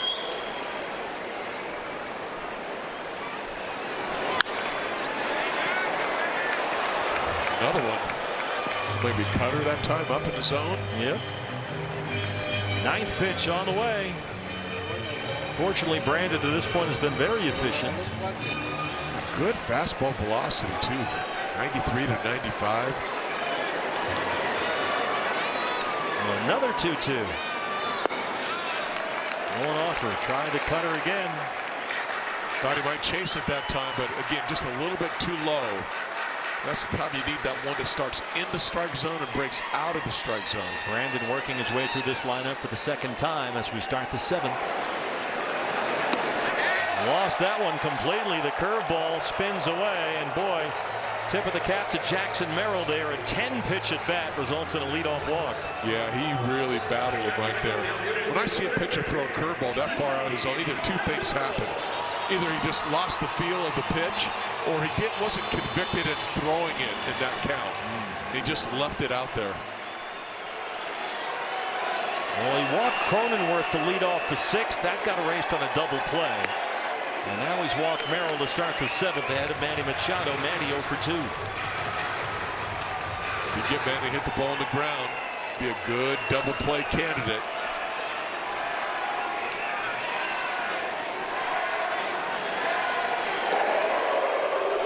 The way we have gloves on the left side of our infield, whether it's Arenado or Perdomo, that could turn into a double play real easy. Machado's had something of a slow start to the year offensively, but he's been much more productive in recent weeks.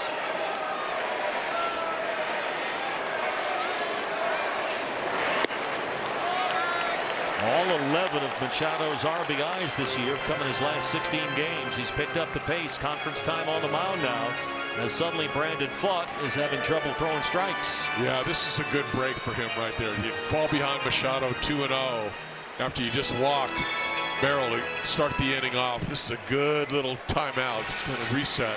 And a good time to check in with Tim Hovick at Santan Ford. You ever trade a guy for parking in your spot? No. Yeah, me neither. Thought about it, though. Who hasn't? I like Torrey's performance and the other one better. They're in the same spot. That's a good point. So a walk to Merrill, 2-0 on Machado. Brandon trying to reset the compass here. Merrill will run, keep in mind. He's already got 5 stolen bases this year.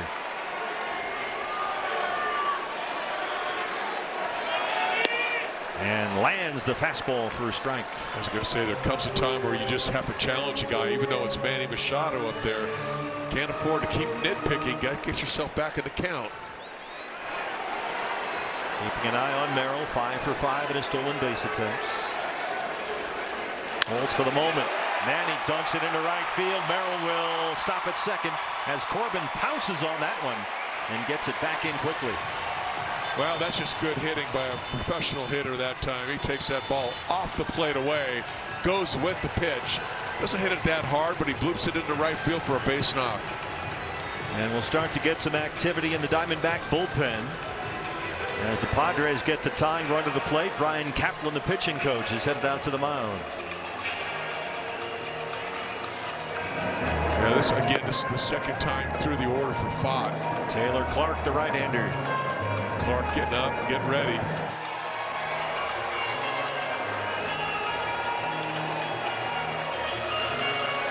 I mean, you know that Pfaadt is the long man back there. He was starting all year. He's there to give them length and support in the bullpen. On the other hand, in this situation, Candy, I think maybe you treat him a little bit more like a short reliever.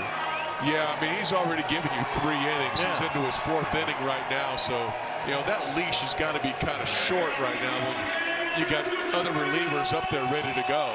And the Padres' best hitter at the plate, it's Xander Bogaerts, who leads San Diego in OPS. He's got 4 homers, but he has struck out twice so far, once against Gallen and once against Pfaadt. He is just about the hottest hitter in this lineup. Jackson Merrill at second base. Manny Machado's at first. No outs in the 7th, and Pfaadt steps off. If you're just joining us, Zach Gallen was hit by a comeback line drive in the right shoulder in the 3rd. Was able to finish that 3rd inning off the bat of Freddie Fermin, but his day was done with a right shoulder contusion. Pfaadt came on to start the 4th and has been terrific up to this point. Now with 50 pitches. Really just looking for a ground ball here, something they can get it out with, maybe even a double play.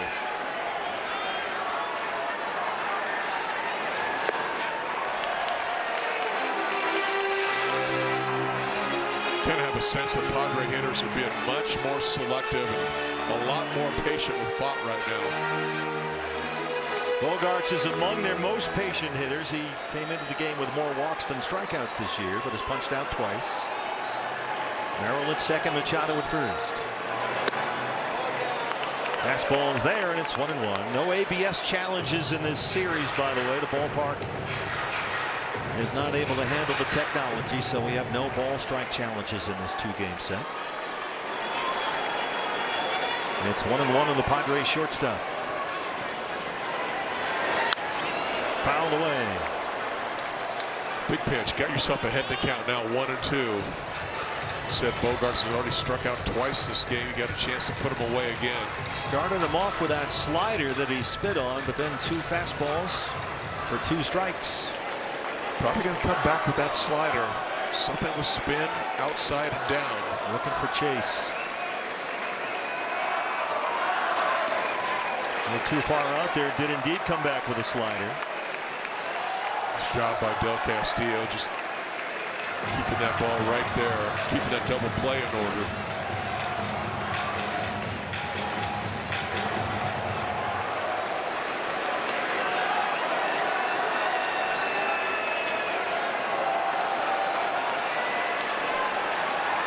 There's a check on Jackson Merrill back there. Brandon doesn't get too caught up in labeling his pitches. He told us that pitch we saw a moment ago, sometimes it's a slider, sometimes it's a sweeper. He says you can call it whatever you want as long as I'm getting the swing and miss on it. Exactly right. Pick a name for it. And he's disengaged too many times. The base runners will advance. A little bit of a snafu that time. Yep. He'd already disengaged twice, so that's an automatic balk, and the base runners move up. Now you got to go for the strikeout here. Forget the ground ball. That'll bring a run in. Taylor Clark still warming up in the bullpen.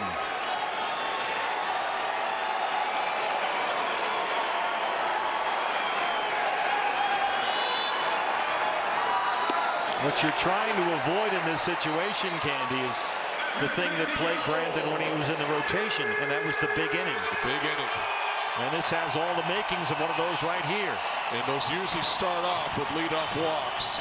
He's able to pitch around it last inning, but this inning, he's in trouble. 3-2 to Xander Bogaerts. Didn't go, and the bases are full. The first 3 have reached in the 7th. And the tying runs are aboard for San Diego. That'll be it for Brandon Pfaadt. Torey Lovullo will go get Taylor Clark. The ball was out of the strike zone, but I almost thought he had a chance to kind of get him to go after that pitch. Not so. Taylor Clark inherits a bases loaded no-out jam. Back after this.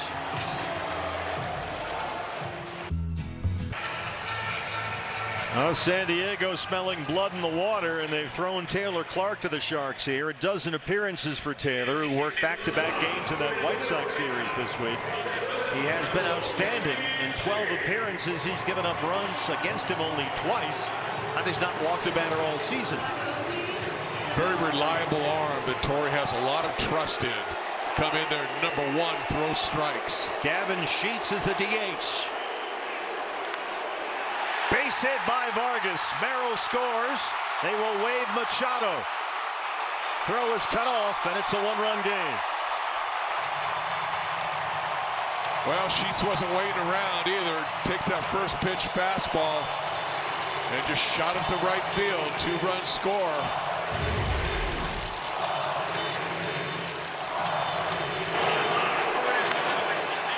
Big, powerful swing by Sheets. Vargas couldn't make the play.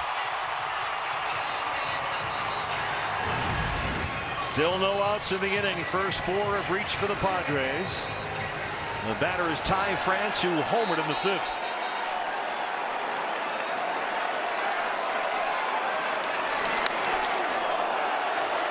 After a first pitch slider from Taylor Clark. France's home run is second as a Padre.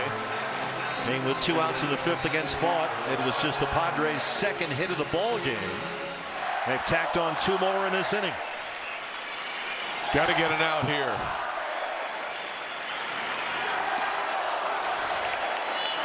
Really torqued on that slider that time. A lot to ask of any pitcher. putting him in this situation. Yeah, that's why you always want to let a guy start an inning off. Yep.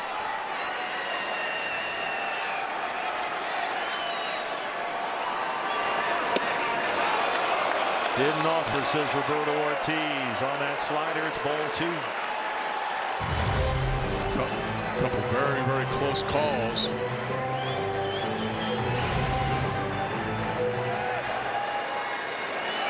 Come back and get a ground ball now. Bogarts at second, Sheets at first. Fastball misses up and in. That sinker runs in. It's 3-1. Flirt with danger. Yep. Taylor got to settle in here real quick.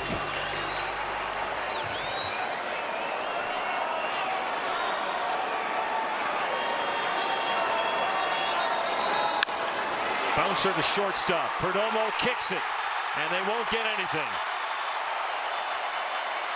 Well, you can see Perdomo on this play, a high chopper.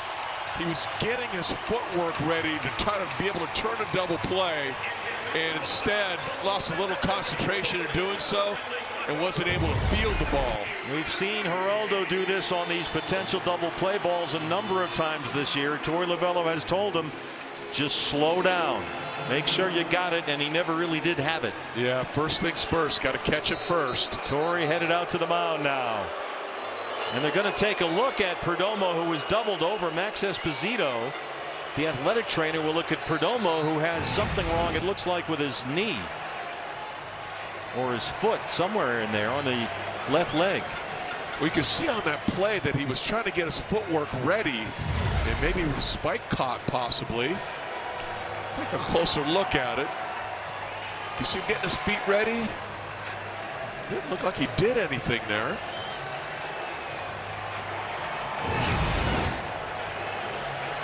Saw a little wince though at the very end. Kind of an awkward ground ball. It's just above his left ankle, it looks like. And they've already lost Zach Gallen with a right shoulder contusion on that Freddie Fermin comebacker in the 3rd. And now Perdomo is hobbled out there at shortstop. Yeah, he's looking like he's kind of gingerly putting some weight on it. Trying to test it out. I don't think it's feeling too good.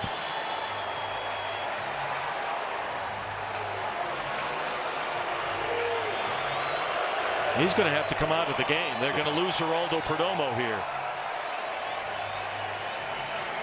And that doesn't look like a cramp. No.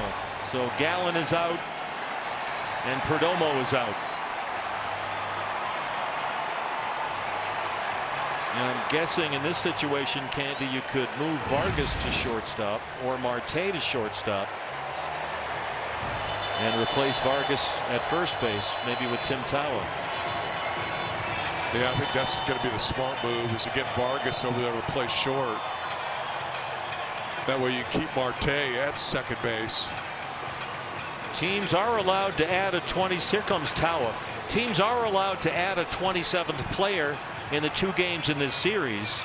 The Diamondbacks elected not to do that because there are certain roster restrictions, and it just didn't make sense to do it. They were not allowed to add a pitcher, and there were too many position players. You have to have a guy has to have options, and it got all complicated. And so Tawa will indeed takes over at first, and Vargas will move from first to short. So things are slipping away quickly here in Mexico City. France reaches on a fielder's choice. They've given Perdomo the error, and now he's had to come out of the game, replaced by Vargas at shortstop. Yeah, you come right into this game here. You got the bases loaded. You got no outs. And Taylor Clark has got to figure a way to get it out here.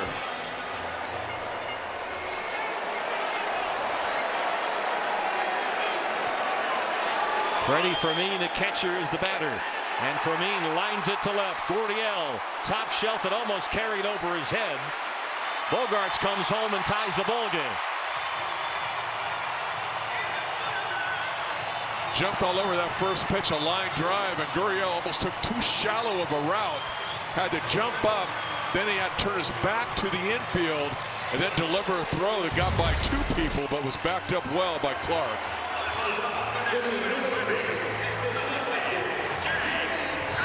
Watch Gurriel jump back to the infield, gets his throw off. Only 1 run's able to score. So it's turned into a 3-run San Diego 7th. Cronenworth is the batter, the 7th man to hit for the Padres in this inning, and there's still only 1 out.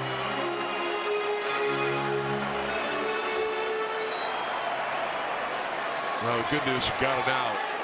Now let's see if we can get a ground ball here.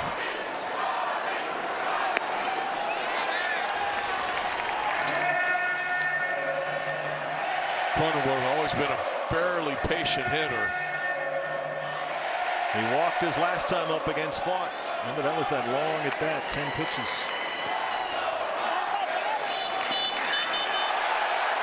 That hit him. That hit him. And the Padres have the bases loaded again. This time the lineup turns over. And here comes the leadoff man, Ramon Laureano. Slider really pegged him, looked like on the back foot. Closer look, maybe on the front foot, got him. Just short hopped his front foot. What else can go wrong in this inning? Oh, disaster, nightmare of an inning for the D-backs right now. Laureano 0 for 3, 8th man to bat in the San Diego 7th.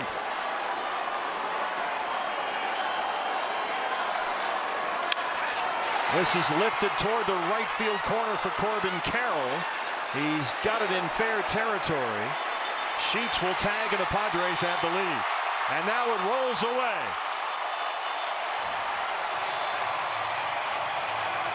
Cronenworth able to pick up an extra 90 feet. Corbin gets this ball deep down the right field line, right on the foul line, and gets the ball in. It gets by Marte, and when it gets by Marte, no one is there behind him to back it up. Ball trickles through the infield. You know, watch this throw to Marte. It just gets by him, and then everyone's able to move up.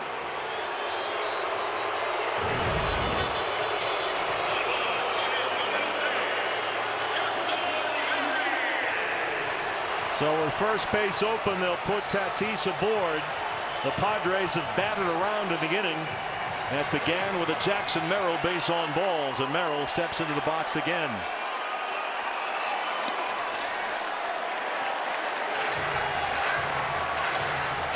Well, because that open base, that errant throw, then you had a chance you might as well walk Tatis to set up a force at least every base. They've given a throwing error on that play to Corbin Carroll.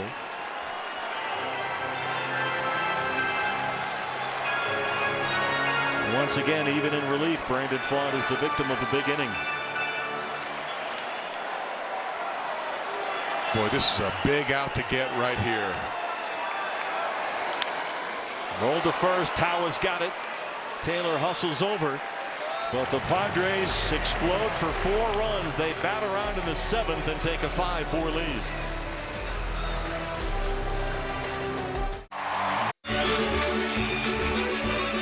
Diamondbacks baseball is being brought to you by Progressive Insurance, a grand slam for your budget. Visit Progressive.com.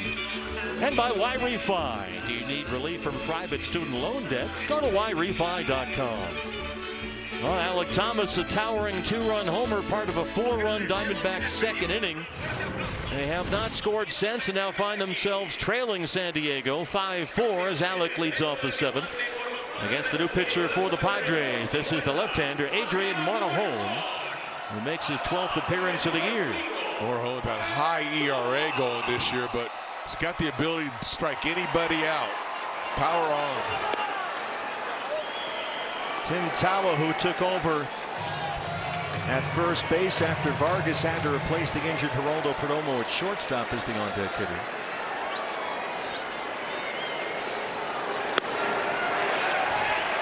Hard fastball, 101 miles an hour. He's always been a hard thrower. A nightmare top of the 7th for the Diamondbacks. They had 3 walks, 1 intentional. They had a hit batter. They committed 2 errors in the field, and they lost their starting shortstop. We were talking a little bit before the game about how important it is not to give away extra outs in defensive games, in run-scoring stadiums like this. are just to be imperative. Well, they got to get something going. They've had only 2 singles, the Diamondbacks, since the Thomas home run in the 2nd inning. Arenado and Fernandez had back-to-back singles in the 4th. So since the 2nd inning, just 2 hits, and they trail it 5-4. Yeah, got to get this offense cranked up now. Find yourself down by a run. Only scored in that 1 inning, the 2nd inning. That's been it.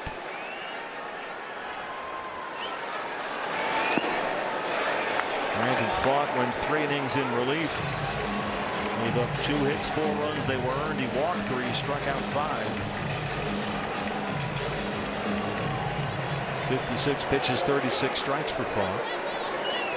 Tawa on deck, then it's Ketel Marte. 2-2 on Alek Thomas.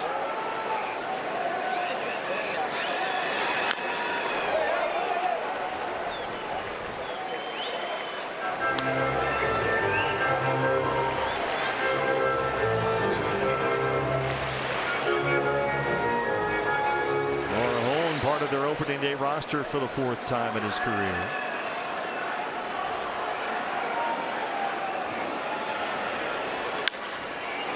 Alek backs up Machado at 3rd. Oh, Manny still showing that big arm of his, throwing flat-footed on a big high 2-hopper, and still gunning Thomas out. It's a pretty fast runner. There is Manny Machado at 3rd base. 2 gold gloves and a platinum glove. Tawa now finds himself in a leadoff spot. No word yet on the condition of Geraldo Perdomo, who had to leave the game with an apparent left leg injury of some kind.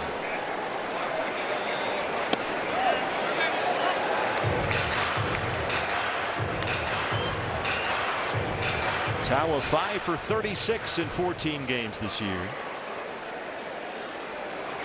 Had a couple of hits last weekend in that series against Toronto. 101 from Morejon, it's 0-2.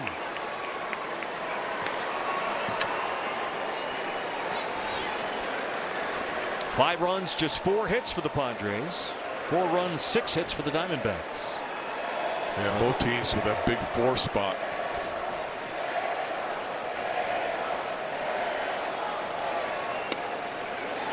Diamondbacks had a 4-run 2nd, San Diego a 4-run 7th, and they got a lot of help along the way with fielding errors and bases on balls. Marte on deck.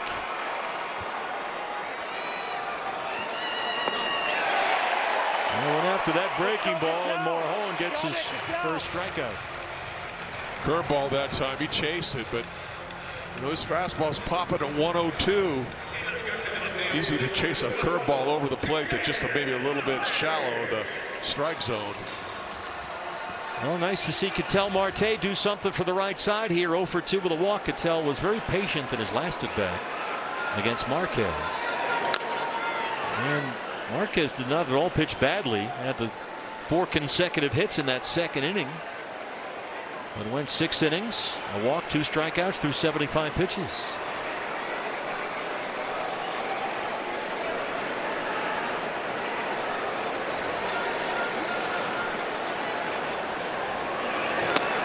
Ketel has it in 4 straight games, 7 of his last 8. Coming off back-to-back 2-hit games in that series this week against the White Sox. Oh, I'd like to see him get a ball up in the air here. The way he's been hitting the ball and barreling everything up, just get it up in the air, line drive. Tied him up. Yes, he went. Roberto Ortiz says strike 2.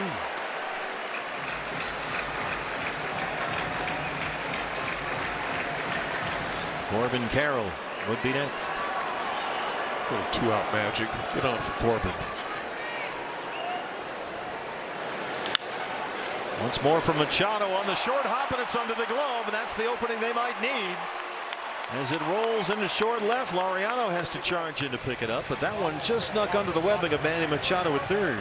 We don't see that often. It's a ball Manny definitely should have made. And as he was charging this ball, he recognized the high hop immediately, went in and just didn't glove it. He knows he's upset about it. They've scored that a base hit for Ketel Marte. Well, Ketel will take it. The best thing is he's on first. Got a chance for Carroll now. Let's see if they change that. Well, they got their 4 runs in the 2nd inning with 2 outs.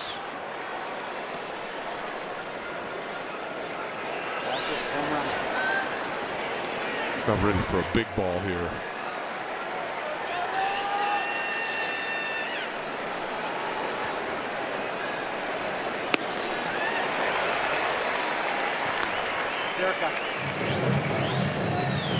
Juan Murillo and Jonathan Loaizaga warming up at the Diamondback bullpen.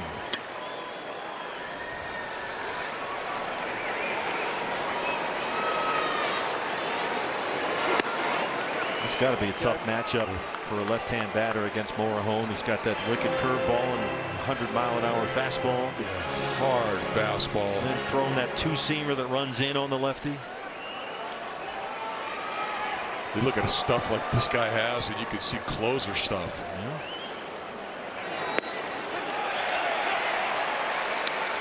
Another triple-digit fastball.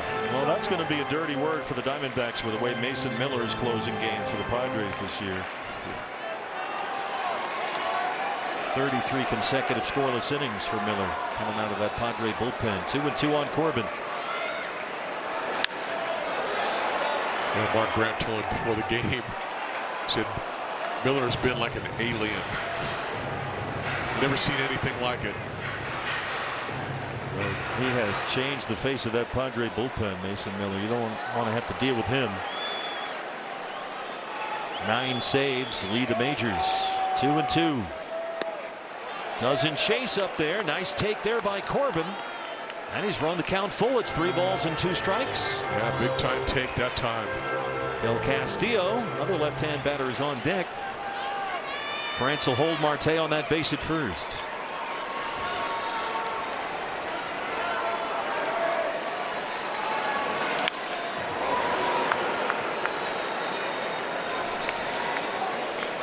Power gets power with that swing. Hard fastball. 102 miles an hour and a foul back. Morejon is doing a good job of keeping Ketel close from getting any kind of a secondary lead at first. He's right near that bag and was not running on that last pitch. Stays put again there, and Corbin fouls off a curveball. He's not getting a read on him at all. And Ketel is not getting any kind of a head start whatsoever. But I mean, it's 3-2 with 2 outs. I mean, even if you don't get a good jump, you got to be going. He's just flat-footed down there. He has been on the last 2 pitches. And once more now on 3-2. Marte not moving, and Corbin Carroll with a terrific plate appearance. So they have something going now, a single and a walk with 2 outs, and Del Castillo will be the hitter, at least for the moment. Well, you got a couple of guys on base. That's what you're hoping for. Got some base runners now. Now you're looking for that big hit once again. Ruben Niebla, the pitching coach, out to the mound. We'll see if they want to get a right-hand pinch hitter up there for Dell. In the meantime, we get this message from Andrew the homebuyer. Catch the best deal for your house by calling me, Andrew the homebuyer. Well, you carry 3 catchers on this roster, Tom Candiotti. You have both Aramis Garcia and James McCann on the bench ready to go. And you've got a left-on-left matchup here, but they're going to let Dell hit. Dell does come through with some big hits, but a guy throwing this hard from the left side, that's a tough AB for him. Yeah, this is a bit of a surprise here. Yeah, I'm with you on that. Not that we don't have any faith in Dell, but the matchups and the math all says, do something else. Marte is the tying run at second. Carroll is the go-ahead run at first. 2 outs. Here's Del Castillo. In the cleanup spot, fouls off a fastball at 101. He took a good cut at it, too. That was too bad he missed that one. What a good swing. Well, they got 4 runs in the second, all with 2 outs. Trying to repeat that 2-out magic now in the 7th, down 5-4.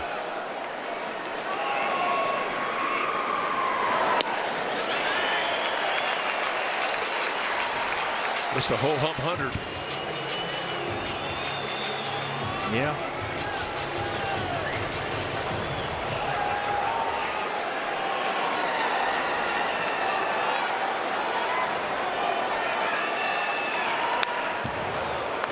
Just went right after him, too.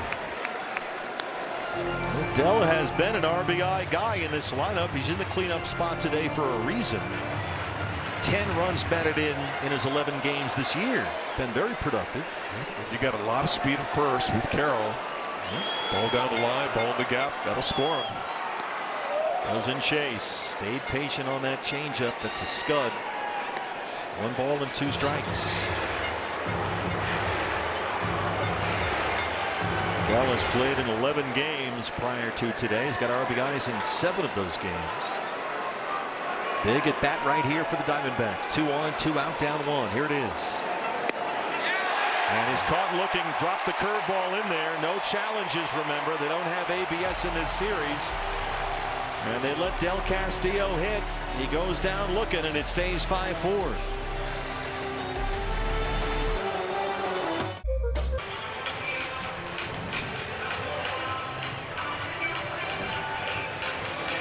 Welcome back to Mexico City. Steve Berthiaume, Tom Candiani, Todd Walsh along the way. First of 2 games in the Mexico City series. Desert Financial gives us a look at the upcoming schedule. 1 more to go here in Mexico City tomorrow. That's Ryan Nelson against the Padres' Michael King. We fly after the game tomorrow to Milwaukee. Off day there Monday. And then a Midwestern road trip. 3 in Milwaukee and 3 at Wrigley Field next weekend against the Cubs. Here is Jonathan Loaizaga, who pitched twice in that series against the White Sox on the last homestand, his 13th appearance this year. Manny Machado leads off the San Diego 8th.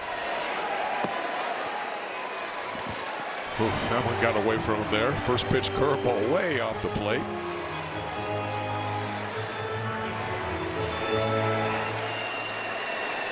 Got to put up a 0 this inning.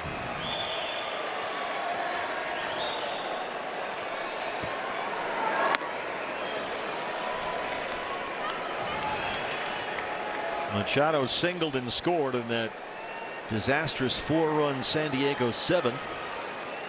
Diamondbacks walked 3 batters, 1 intentionally. They hit 1. They committed 2 errors in the field, and shortstop Geraldo Perdomo had to leave with an apparent leg injury, so nothing went right in that ugly 7th. And they have still out-hit San Diego 7-4. Padres have just 4 hits. They got a lot of help from the Diamondbacks in that top half of the 7th. Another big swing that time. Foul back.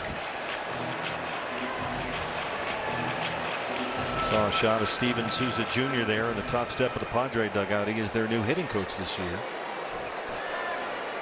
Former Diamondback. 2-2 on Manny Machado.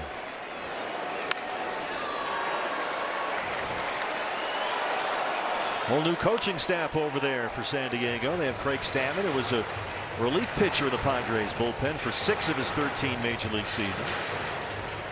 Finished up his playing career with San Diego back in 2022, and now he's their manager. And Manny will take time out.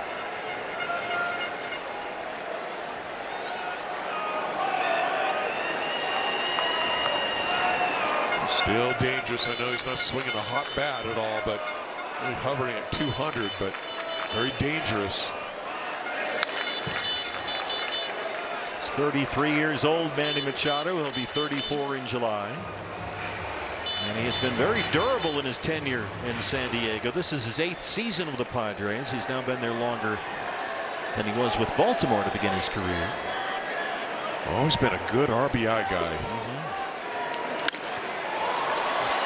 Fighting off these sinkers from Loaizaga. And Corbin has got it in foul territory. Don't forget, it's a 50-50 raffle fiesta. We are rolling over the jackpot every day. It started the other day. It's continuing today. It rolls into tomorrow. And we'll keep it open until the end of the 7th inning on Sunday. It's the 50-50 raffle fiesta. 3 games, 1 big jackpot. Half that money can be yours. Just go to dbacks.com/5050 to get your tickets online from anywhere in the state of Arizona. Up over $30,000 and counting. Xander Bogaerts drew a walk in that 4-run 7th.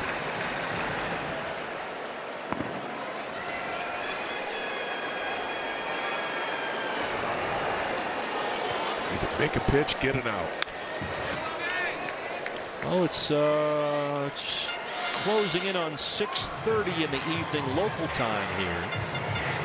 And what wind there was, and it was coming in from center field straight away for maybe about half the game. It has died down now. The flags out there are dead still. And it's a lovely evening in Mexico City. Well, won't chase the 0-2 curve. There's a look at this wonderful ballpark. It really is a nice ballpark. Estadio Alfredo Harpelú, home of the Diablos Rojos de Mexico. Yeah, especially when it's jam-packed like it is tonight. It is packed. 20,000 it seats. Looks like a lot more than that in here. I got to tell you, feels like a lot more. They are vocal and they are into it. They call this stadium the Fire Diamond. D-backs are the home team for these two games against the Padres. 2-2 on Bogaerts. And Loaizaga gets the swing and miss with a breaking ball. He'll throw the changeup to lefties. He'll use that curveball to righties, and he used it nicely right there. He certainly did. Nice pitch. A little bit under the strike zone. But it looks good all the way, and then dips out of it, gets the swing and miss. Gavin Sheets was the first batter that Taylor Clark faced when Taylor came in to relieve Fought in the 7th, and Sheets drilled a 2-run single into right field after he hit a big home run in their win over the Rockies in Colorado on Thursday on what was his 30th birthday.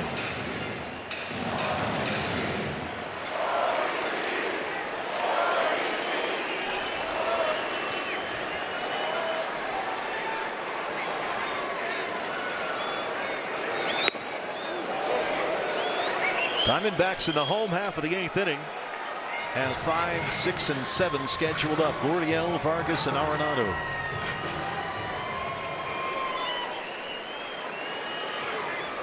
It doesn't look like it's easy to hit right now. It's an odd lighting situation too. Yeah. There's Rob Drake at third.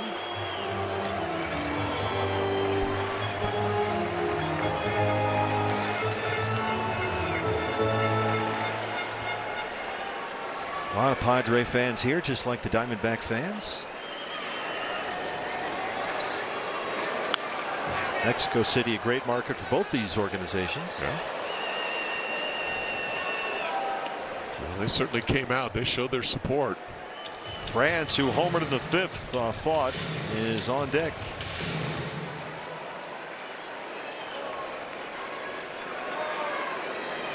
One ball and 2 strikes on Gavin Sheets. Well, chase the changeup. Mentioned that a moment ago. Likes that changeup to left-handers trying to get swing and miss in 2 strike counts. I think ultimately he's going to try to get him out with this, just to get in the ground ball here. Maybe a 2-seamer down and away. He's got that upper 90s sinker. And there it is. A bouncer for second base. Marte is there. Nice job by Loaizaga, who works a 1-2-3-8. Down 5-4, getting late in Mexico City. Gurriel will lead it off. Then it's Ildemaro, Vargas, and Nolan Arenado.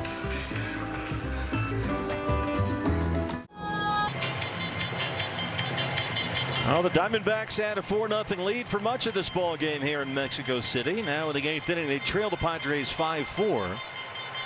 And Ildemaro Vargas has been heard from. He had a 2-out single in the 2nd that ignited that 4-run inning for the Diamondbacks, extending his hitting streak. He's got 30 hits since the end of last year. StatCast powered by Google Cloud. Yeah, look at that StatCast. I mean, the hits are going everywhere, not just one side. Well, he'll be on deck as Gurriel leads off the 8th inning against the new pitcher for the Padres. The right-hander Jason Adams is out there. He's made his way back from a ruptured left quad tendon, suffered last September, his 7th appearance of the year, and he's been outstanding. And keep in mind they have the shutdown closer Mason Miller behind him. Miller's not given up a run in more than 33 innings. Gurriel 0 for 3 starts off the game. And that's right at Machado. A little bit of stumble there, recovers, and plenty of time to get Gurriel. There's one away. Ball hit hard. And that time Manny was going to make sure he caught it, threw him out. 99 miles an hour on the ground ball from Gurriel. Here's Ildemaro Vargas, and they may need him to rescue them again. And this is the guy you'd actually really want to get is Adam, because Mason Miller's got to scare you a little bit at the very end. Mason Miller's almost impossible. Yeah, that's the stopper.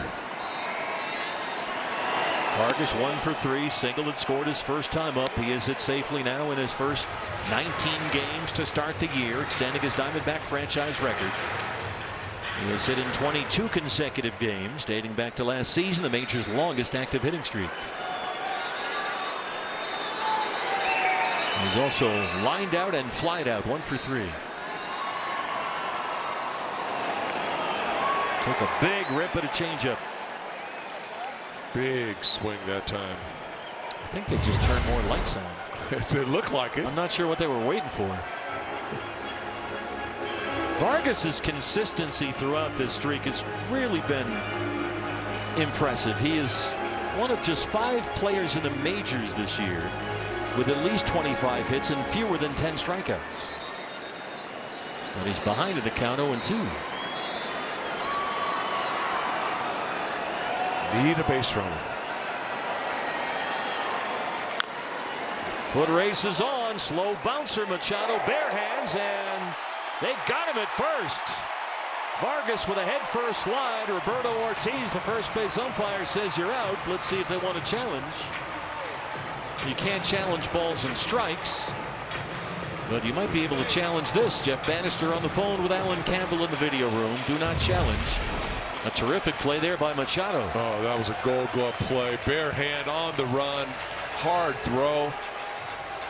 Almost looked like Vargas might have got there a little quicker if he just ran through the bag instead of diving on it. Yeah. There's all kinds of physics experiments that prove it's not the way to go. 2 outs for Arenado, who has 2 of their hits. He has singled twice and scored a run.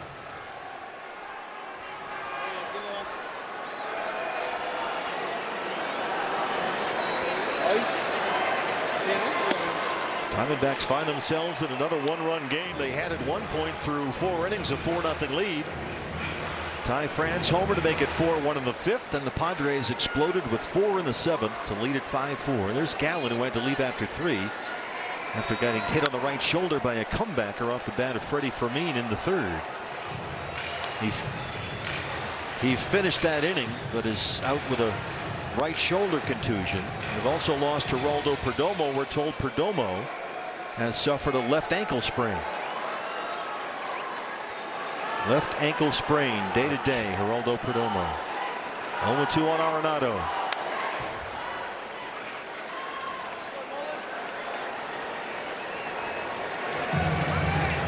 San Diego in the top of the 9th inning has the lower third of their order due up. France, Fermin, and Cronenworth. 7, 8, 9. There is activity in the Diamondback bullpen.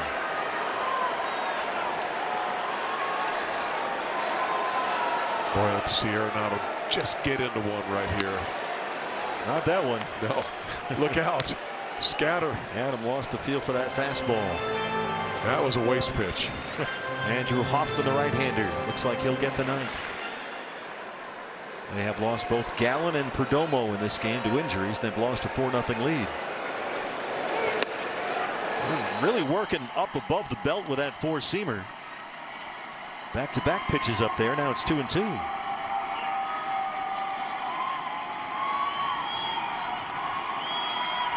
So I'm probably trying to set up this changeup. Once more from Manny down there at 3rd. They've kept him entertained. Throw pulls France off the bag, and Arenado's aboard.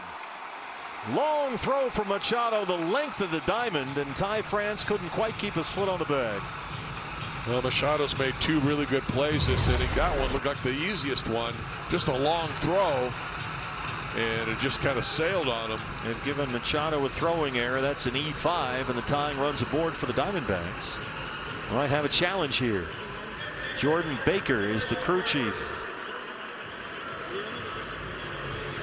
So Craig Stammen thinking, well, why not challenge? He dragged the toe. The question is, did he hit the bag with it? Roberto Ortiz might have been screened from that. Here's a better angle, maybe. Hard to tell on that one. Yeah, you gotta. That's close.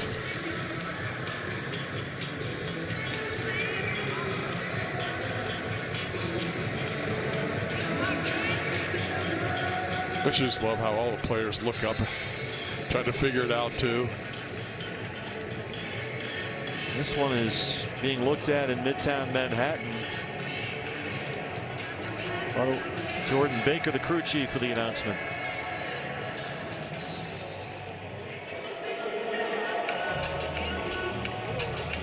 Here it is. After review, the call in the field stands. The runner is safe. San Diego will lose their challenge.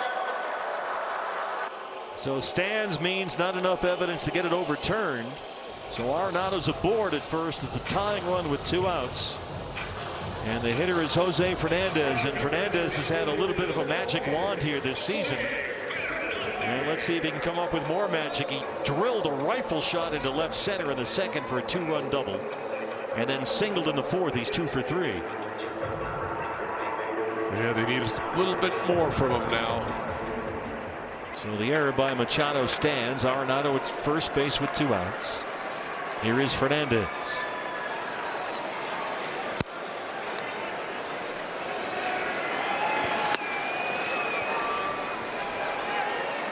Well, if you could run into one, this is the time to do it. Well, it would be something. Everything that could go wrong did go wrong in that 7th, but they can make up for it with a base hit right here.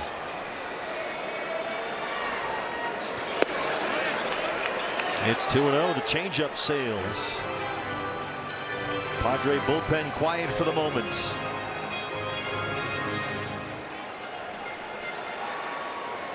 Gonna have to get Seawald up in the Diamondback bullpen to join Hoffman. Now the 2-0. Swung through that changeup. And they stayed with it. Wasn't going to give in. This is what we've seen Jose do so many times this year, Candy. When he has a strike called against her, he misses a pitch.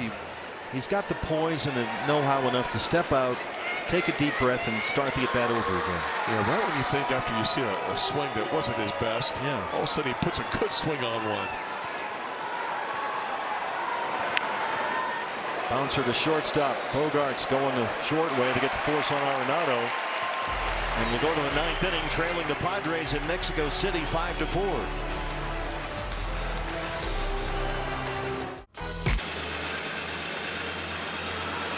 Welcome back to Mexico City. Diamondbacks had a 4-0 lead at one point over the Padres. They now trail at 5-4 as we start the 9th inning. You can check out all the upcoming concerts at Chase Field this year. Got a good schedule for you lined up for the summer. Post-game concerts to full stadium events and shows. There's something for everybody. Get your tickets at dbacks.com/concerts. Andrew Hoffman is on for the Diamondback bullpen. And he will get the top of the 9th inning here. 6 appearances for Andrew, who usually gives them more than 3 outs. Ty France homered in the 5th. He leads off the 9th. What a good pitch to start the at-bat. Great cutter. Swing and a miss. Well, the offense, given the ballpark's history, has been subdued to say the least. Only 2 home runs hit so far. Thomas in the 2nd and France in the 5th. 1 for each side. Yeah, it just really looks like a normal game. Yeah, it really does. Diamondbacks will have Alek Thomas leading off the 9th inning. Then Tim Tawa and Ketel Marte. And I'm going to presume that Mason Miller and the lights out closers begun to warm up for San Diego.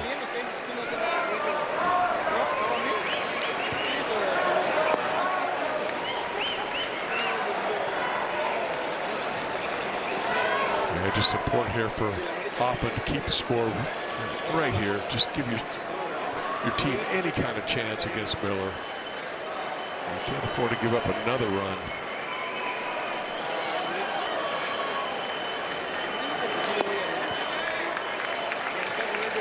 Remember, it was Gurriel who hit that home run off Miller last year on a pitch that was well over 100 miles an hour. Yeah.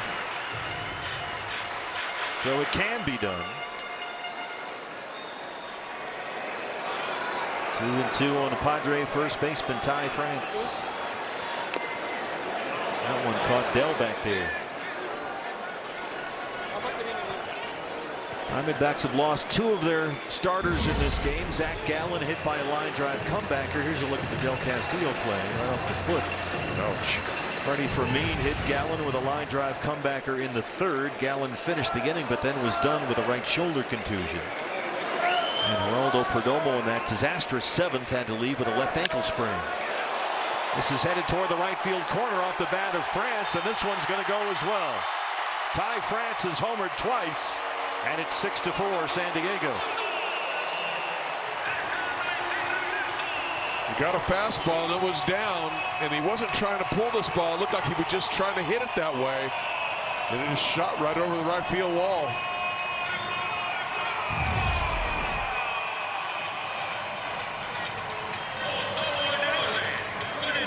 Home runs numbers 2 and 3 for France. He homered in the 5th and now again in the 9th. And makes it a 6-4 San Diego lead as Fermin steps in.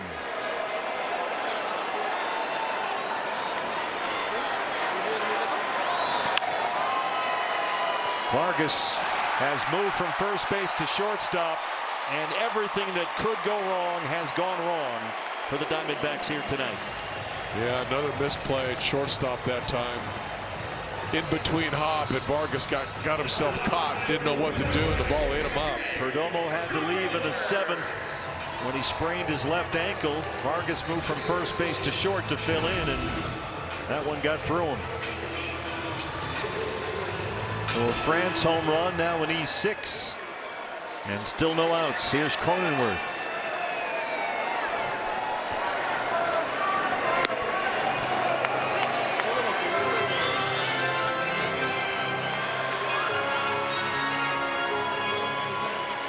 Now looking for the ground ball double play. Andrews got that terrific changeup, usually pretty effective against left-handers. That's always been his best pitch. Arenado will be in on the grass about a step or 2. In case Cronenworth decides with no outs just to move the runner along.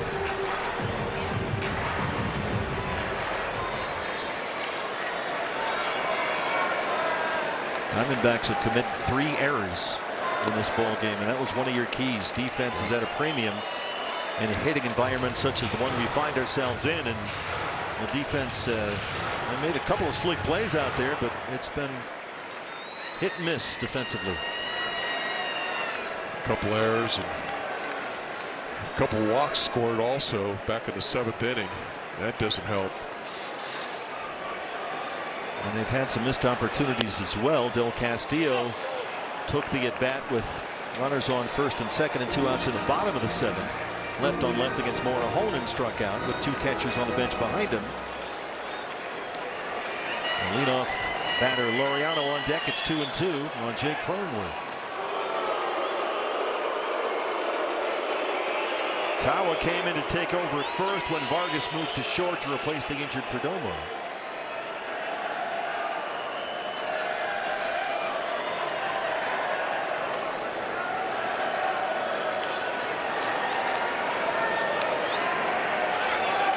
On the move. The throw from Dell's a beauty, and they got him. What a throw by Adrian Del Castillo. Fermin wants a challenge. Catcher to catcher. Fermin had a great jump too. Del Castillo put a Mimi down there. He sure did. Padres lost the challenge they tried previously. Here's Jordan Baker. San Diego is challenging the out call at second. Look where this throw is, Candy. Oh, it's perfect. But did Fermin sneak that left hand in?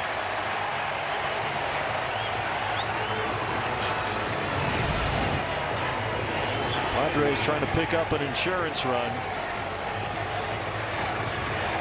They challenged the Machado throwing error in the bottom of the 8th inning.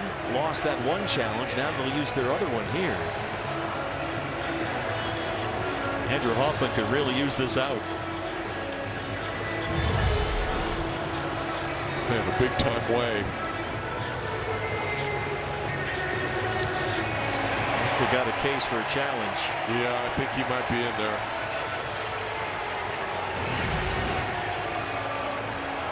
Fermin was pretty certain By the way, while we have a moment, we want to thank Jim Reynolds, the Phoenix native and longtime terrific Major League umpire, along with Junior Valentine, the two umpires who were kind enough to come up here and have a conversation with us about the ground rules of this unique ballpark, which has some interesting quirks in the corners. So we want to thank Jim and Junior for coming up here and walking us through that. That was very nice of them. Yeah, that was great. Yeah, so major props to the umpires here working this series.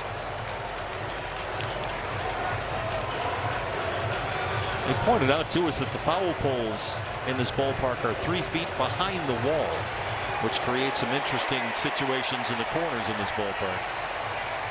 And some other little nooks and crannies of interest. Yeah, pretty interesting with the netting on the foul poles coming straight towards the foul line. Taking a long look. Fermin looked like he might have snuck in that hand under Vargas's tag. And New York taking their sweet time with this one. It's a big spot. Give them all the time they want.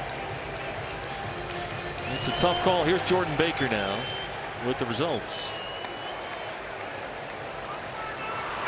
After review, the call on the field stands. The runner's out. Not enough to get it overturned. The second time that the Padres have challenged and had that be the result. So a big out for Hoffman as Del Castillo fires a strike down there to catch Fermin stealing. And that's the first out in the ninth, and a 3-2 count now on Cronenworth. Well, I really thought that was going to be overturned there, so yeah. I'll take that. So 1 out, base is empty, and it's a full count on Jake Cronenworth with Laureano on deck.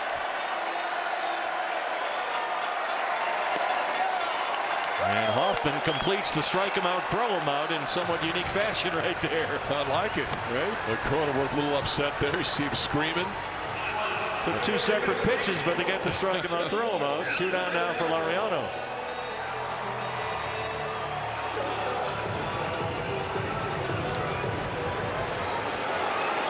Drove in a run his last time up in that disastrous 4-run Padres 7th.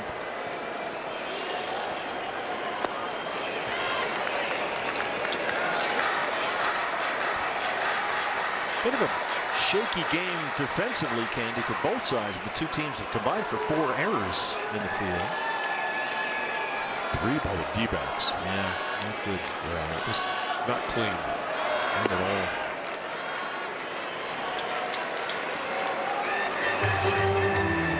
But they also had some shining moments defensively. I mean, they had a great play by Vargas at first base on the Tatis liner in the first. Perdomo on a 110-mile-an-hour ground ball turned a gorgeous double play to end the 6th. So it's been hit and miss defensively. I actually thought there'd be a lot more balls in the air in this game. I'm with you. Well, you don't want to give Tatis a chance to hit a 2-run homer. It's 3-0 on Laureano with Tatis behind him. Well, they'll issue the 2-out walk to the leadoff man. Not what you wanted to do there. Not what you wanted to do there. The last time when they had first base open, they walked Tatis intentionally on an open base created by a Corbin Carroll throwing error. And now they'll have to pitch to him.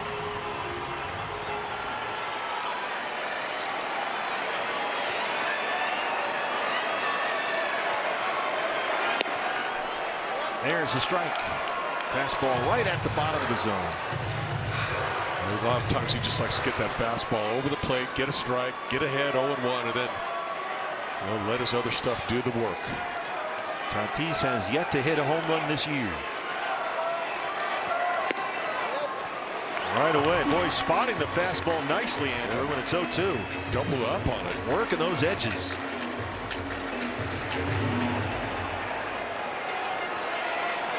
Laureano, pretty good speed down there. But it's a 2-strike count with 2 outs on Tatis, and Hoffman steps off. Throw the 3rd disengagement into that 7th inning disaster. Right. Well, we forgot about that. And there is basically death on a stick. Yeah. Mason Miller, the closer.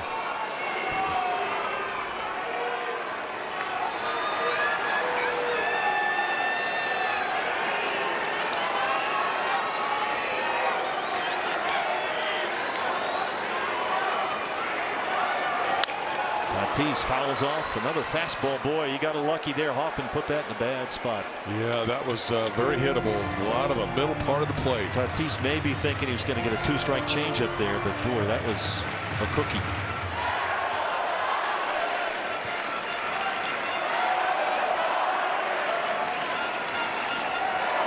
Pitch out, nothing doing. Laureano 3 for 3 in his stolen base attempts.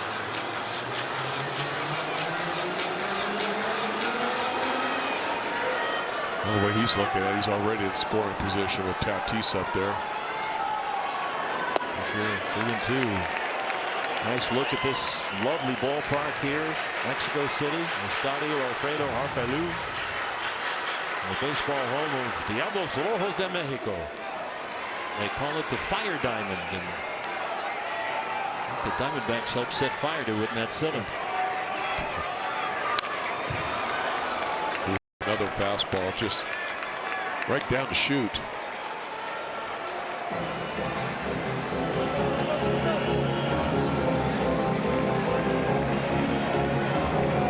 Got to keep the ball away from Tatis. Once in a while, you got to come in to keep him honest, but more vulnerable outside, especially if you can spin it a little bit. His strikeout rate has skyrocketed this year. And he knocks it into right field. After the walk to Laureano with 2 outs, and they got him at second base. He overran the bag. Corbin Carroll gets it into Vargas, and Laureano gives away an out on the bases. So that might be an enormous break for the Diamondbacks. Corbin fires it into shortstop. Vargas gets the glove on the hip. Bottom 9 coming up.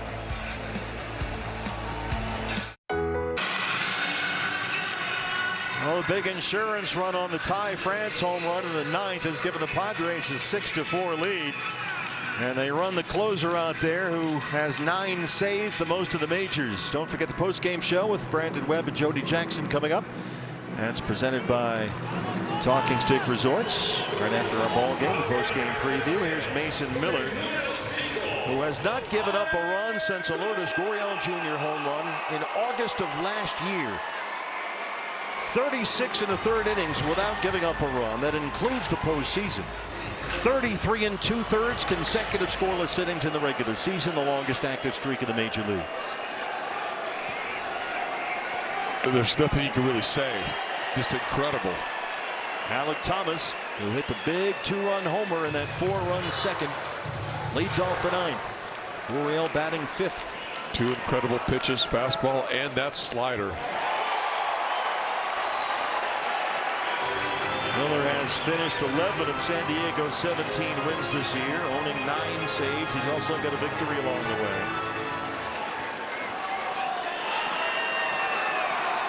Thomas, Tawa, Marte, 9-1-2, and the Diamondback 9th. They've out-hit San Diego 7-6, but they trail it 6-4. And Alec fights off a sinker to stay alive. Thomas is hit in 6 straight games now. He's got an extra base hit in all 6. 4 doubles and a pair of home runs.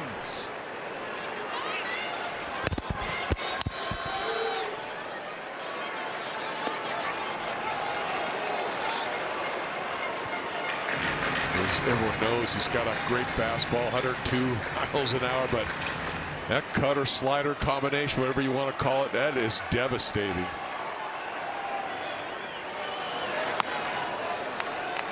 Fastball sailed away at 103 miles an hour for ball 2. Miller's a big boy out there, 6'5", 200 pounds. Out of Gardner-Webb University. Alec lifts this into a light sky for Laureano in left. And there's one away. That's a victory just making contact. Yeah, the numbers are what they are. I mean, this guy is unbelievable. Padres made a deal to get him from the Athletics at the trade deadline last year for a whole package of prospects. And he is the very definition of a lights-out closer. Jorge Barossa will bat for Tim Tawa. Tawa came on to play first base when Perdomo left with that left ankle sprain in that nightmare of a 7th inning, and Vargas had to move from first to shortstop. Stu Sherwater back there calling balls and strikes. So Barossa hits for Tawa.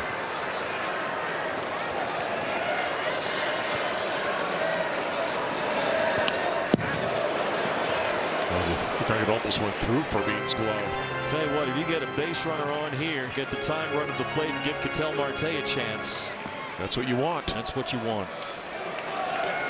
And Jorge, as we know, all season long has really had a knack for extending these at bats, seeing a lot of pitches. He can be kind of a nudge up there. The cutter lands for strike one.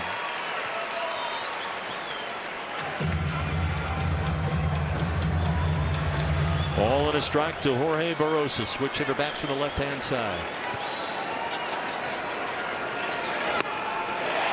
And then, of course, if he gets tired of throwing the cutter, he can just throw it up there at 102, 103. Just let her rip. That's just if he's bored. So another thing that makes his fastball so impressive is he does have a good cutter or slider. And he locates, too. It's not a wild thing situation by any stretch. That went off Miller, but it rolls to Cronenworth at second. Close play at first, but they got him, and they might want to have a look at this one. Roberto Ortiz says he's out, and at this point, you've got nothing to lose by challenging, Candy. That ball hit hard off Miller's leg, caromed right over to first base. Barossa running hard. Watch this replay. Just kicks over there. Cronenworth gets that ball, flips it over there. Again, France's foot might have come off the bag. Let's see. It might have. It's definitely off there. He's off. He's safe. I think he's going to be in there. The second time we saw that happen previously in the 8th inning on that throwing error by Manny Machado that let Arenado reach safely. They ruled it an E5 when France was pulled off the bag. The Padres challenged. The call stood. And we might have the Diamondbacks challenge a similar type of play, only this time win the challenge. Barossa's seen the replay. He thinks he's in there, and we do too.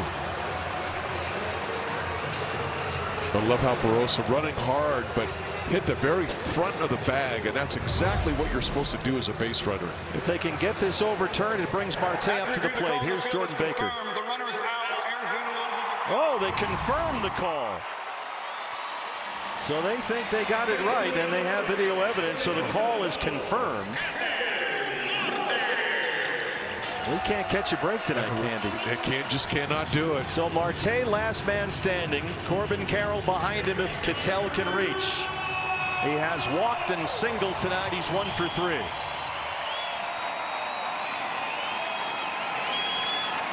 Get on base any way, which way you can. Sure looked like France's foot was off the bag. Yep. But they know better. They have more angles than we do.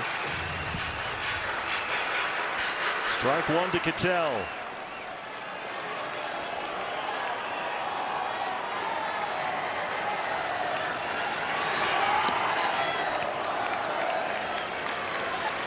Well, if things don't work out, you're going to look at that top of the 7th inning, which I think it's fair to say, Candy, was their worst half inning of the season.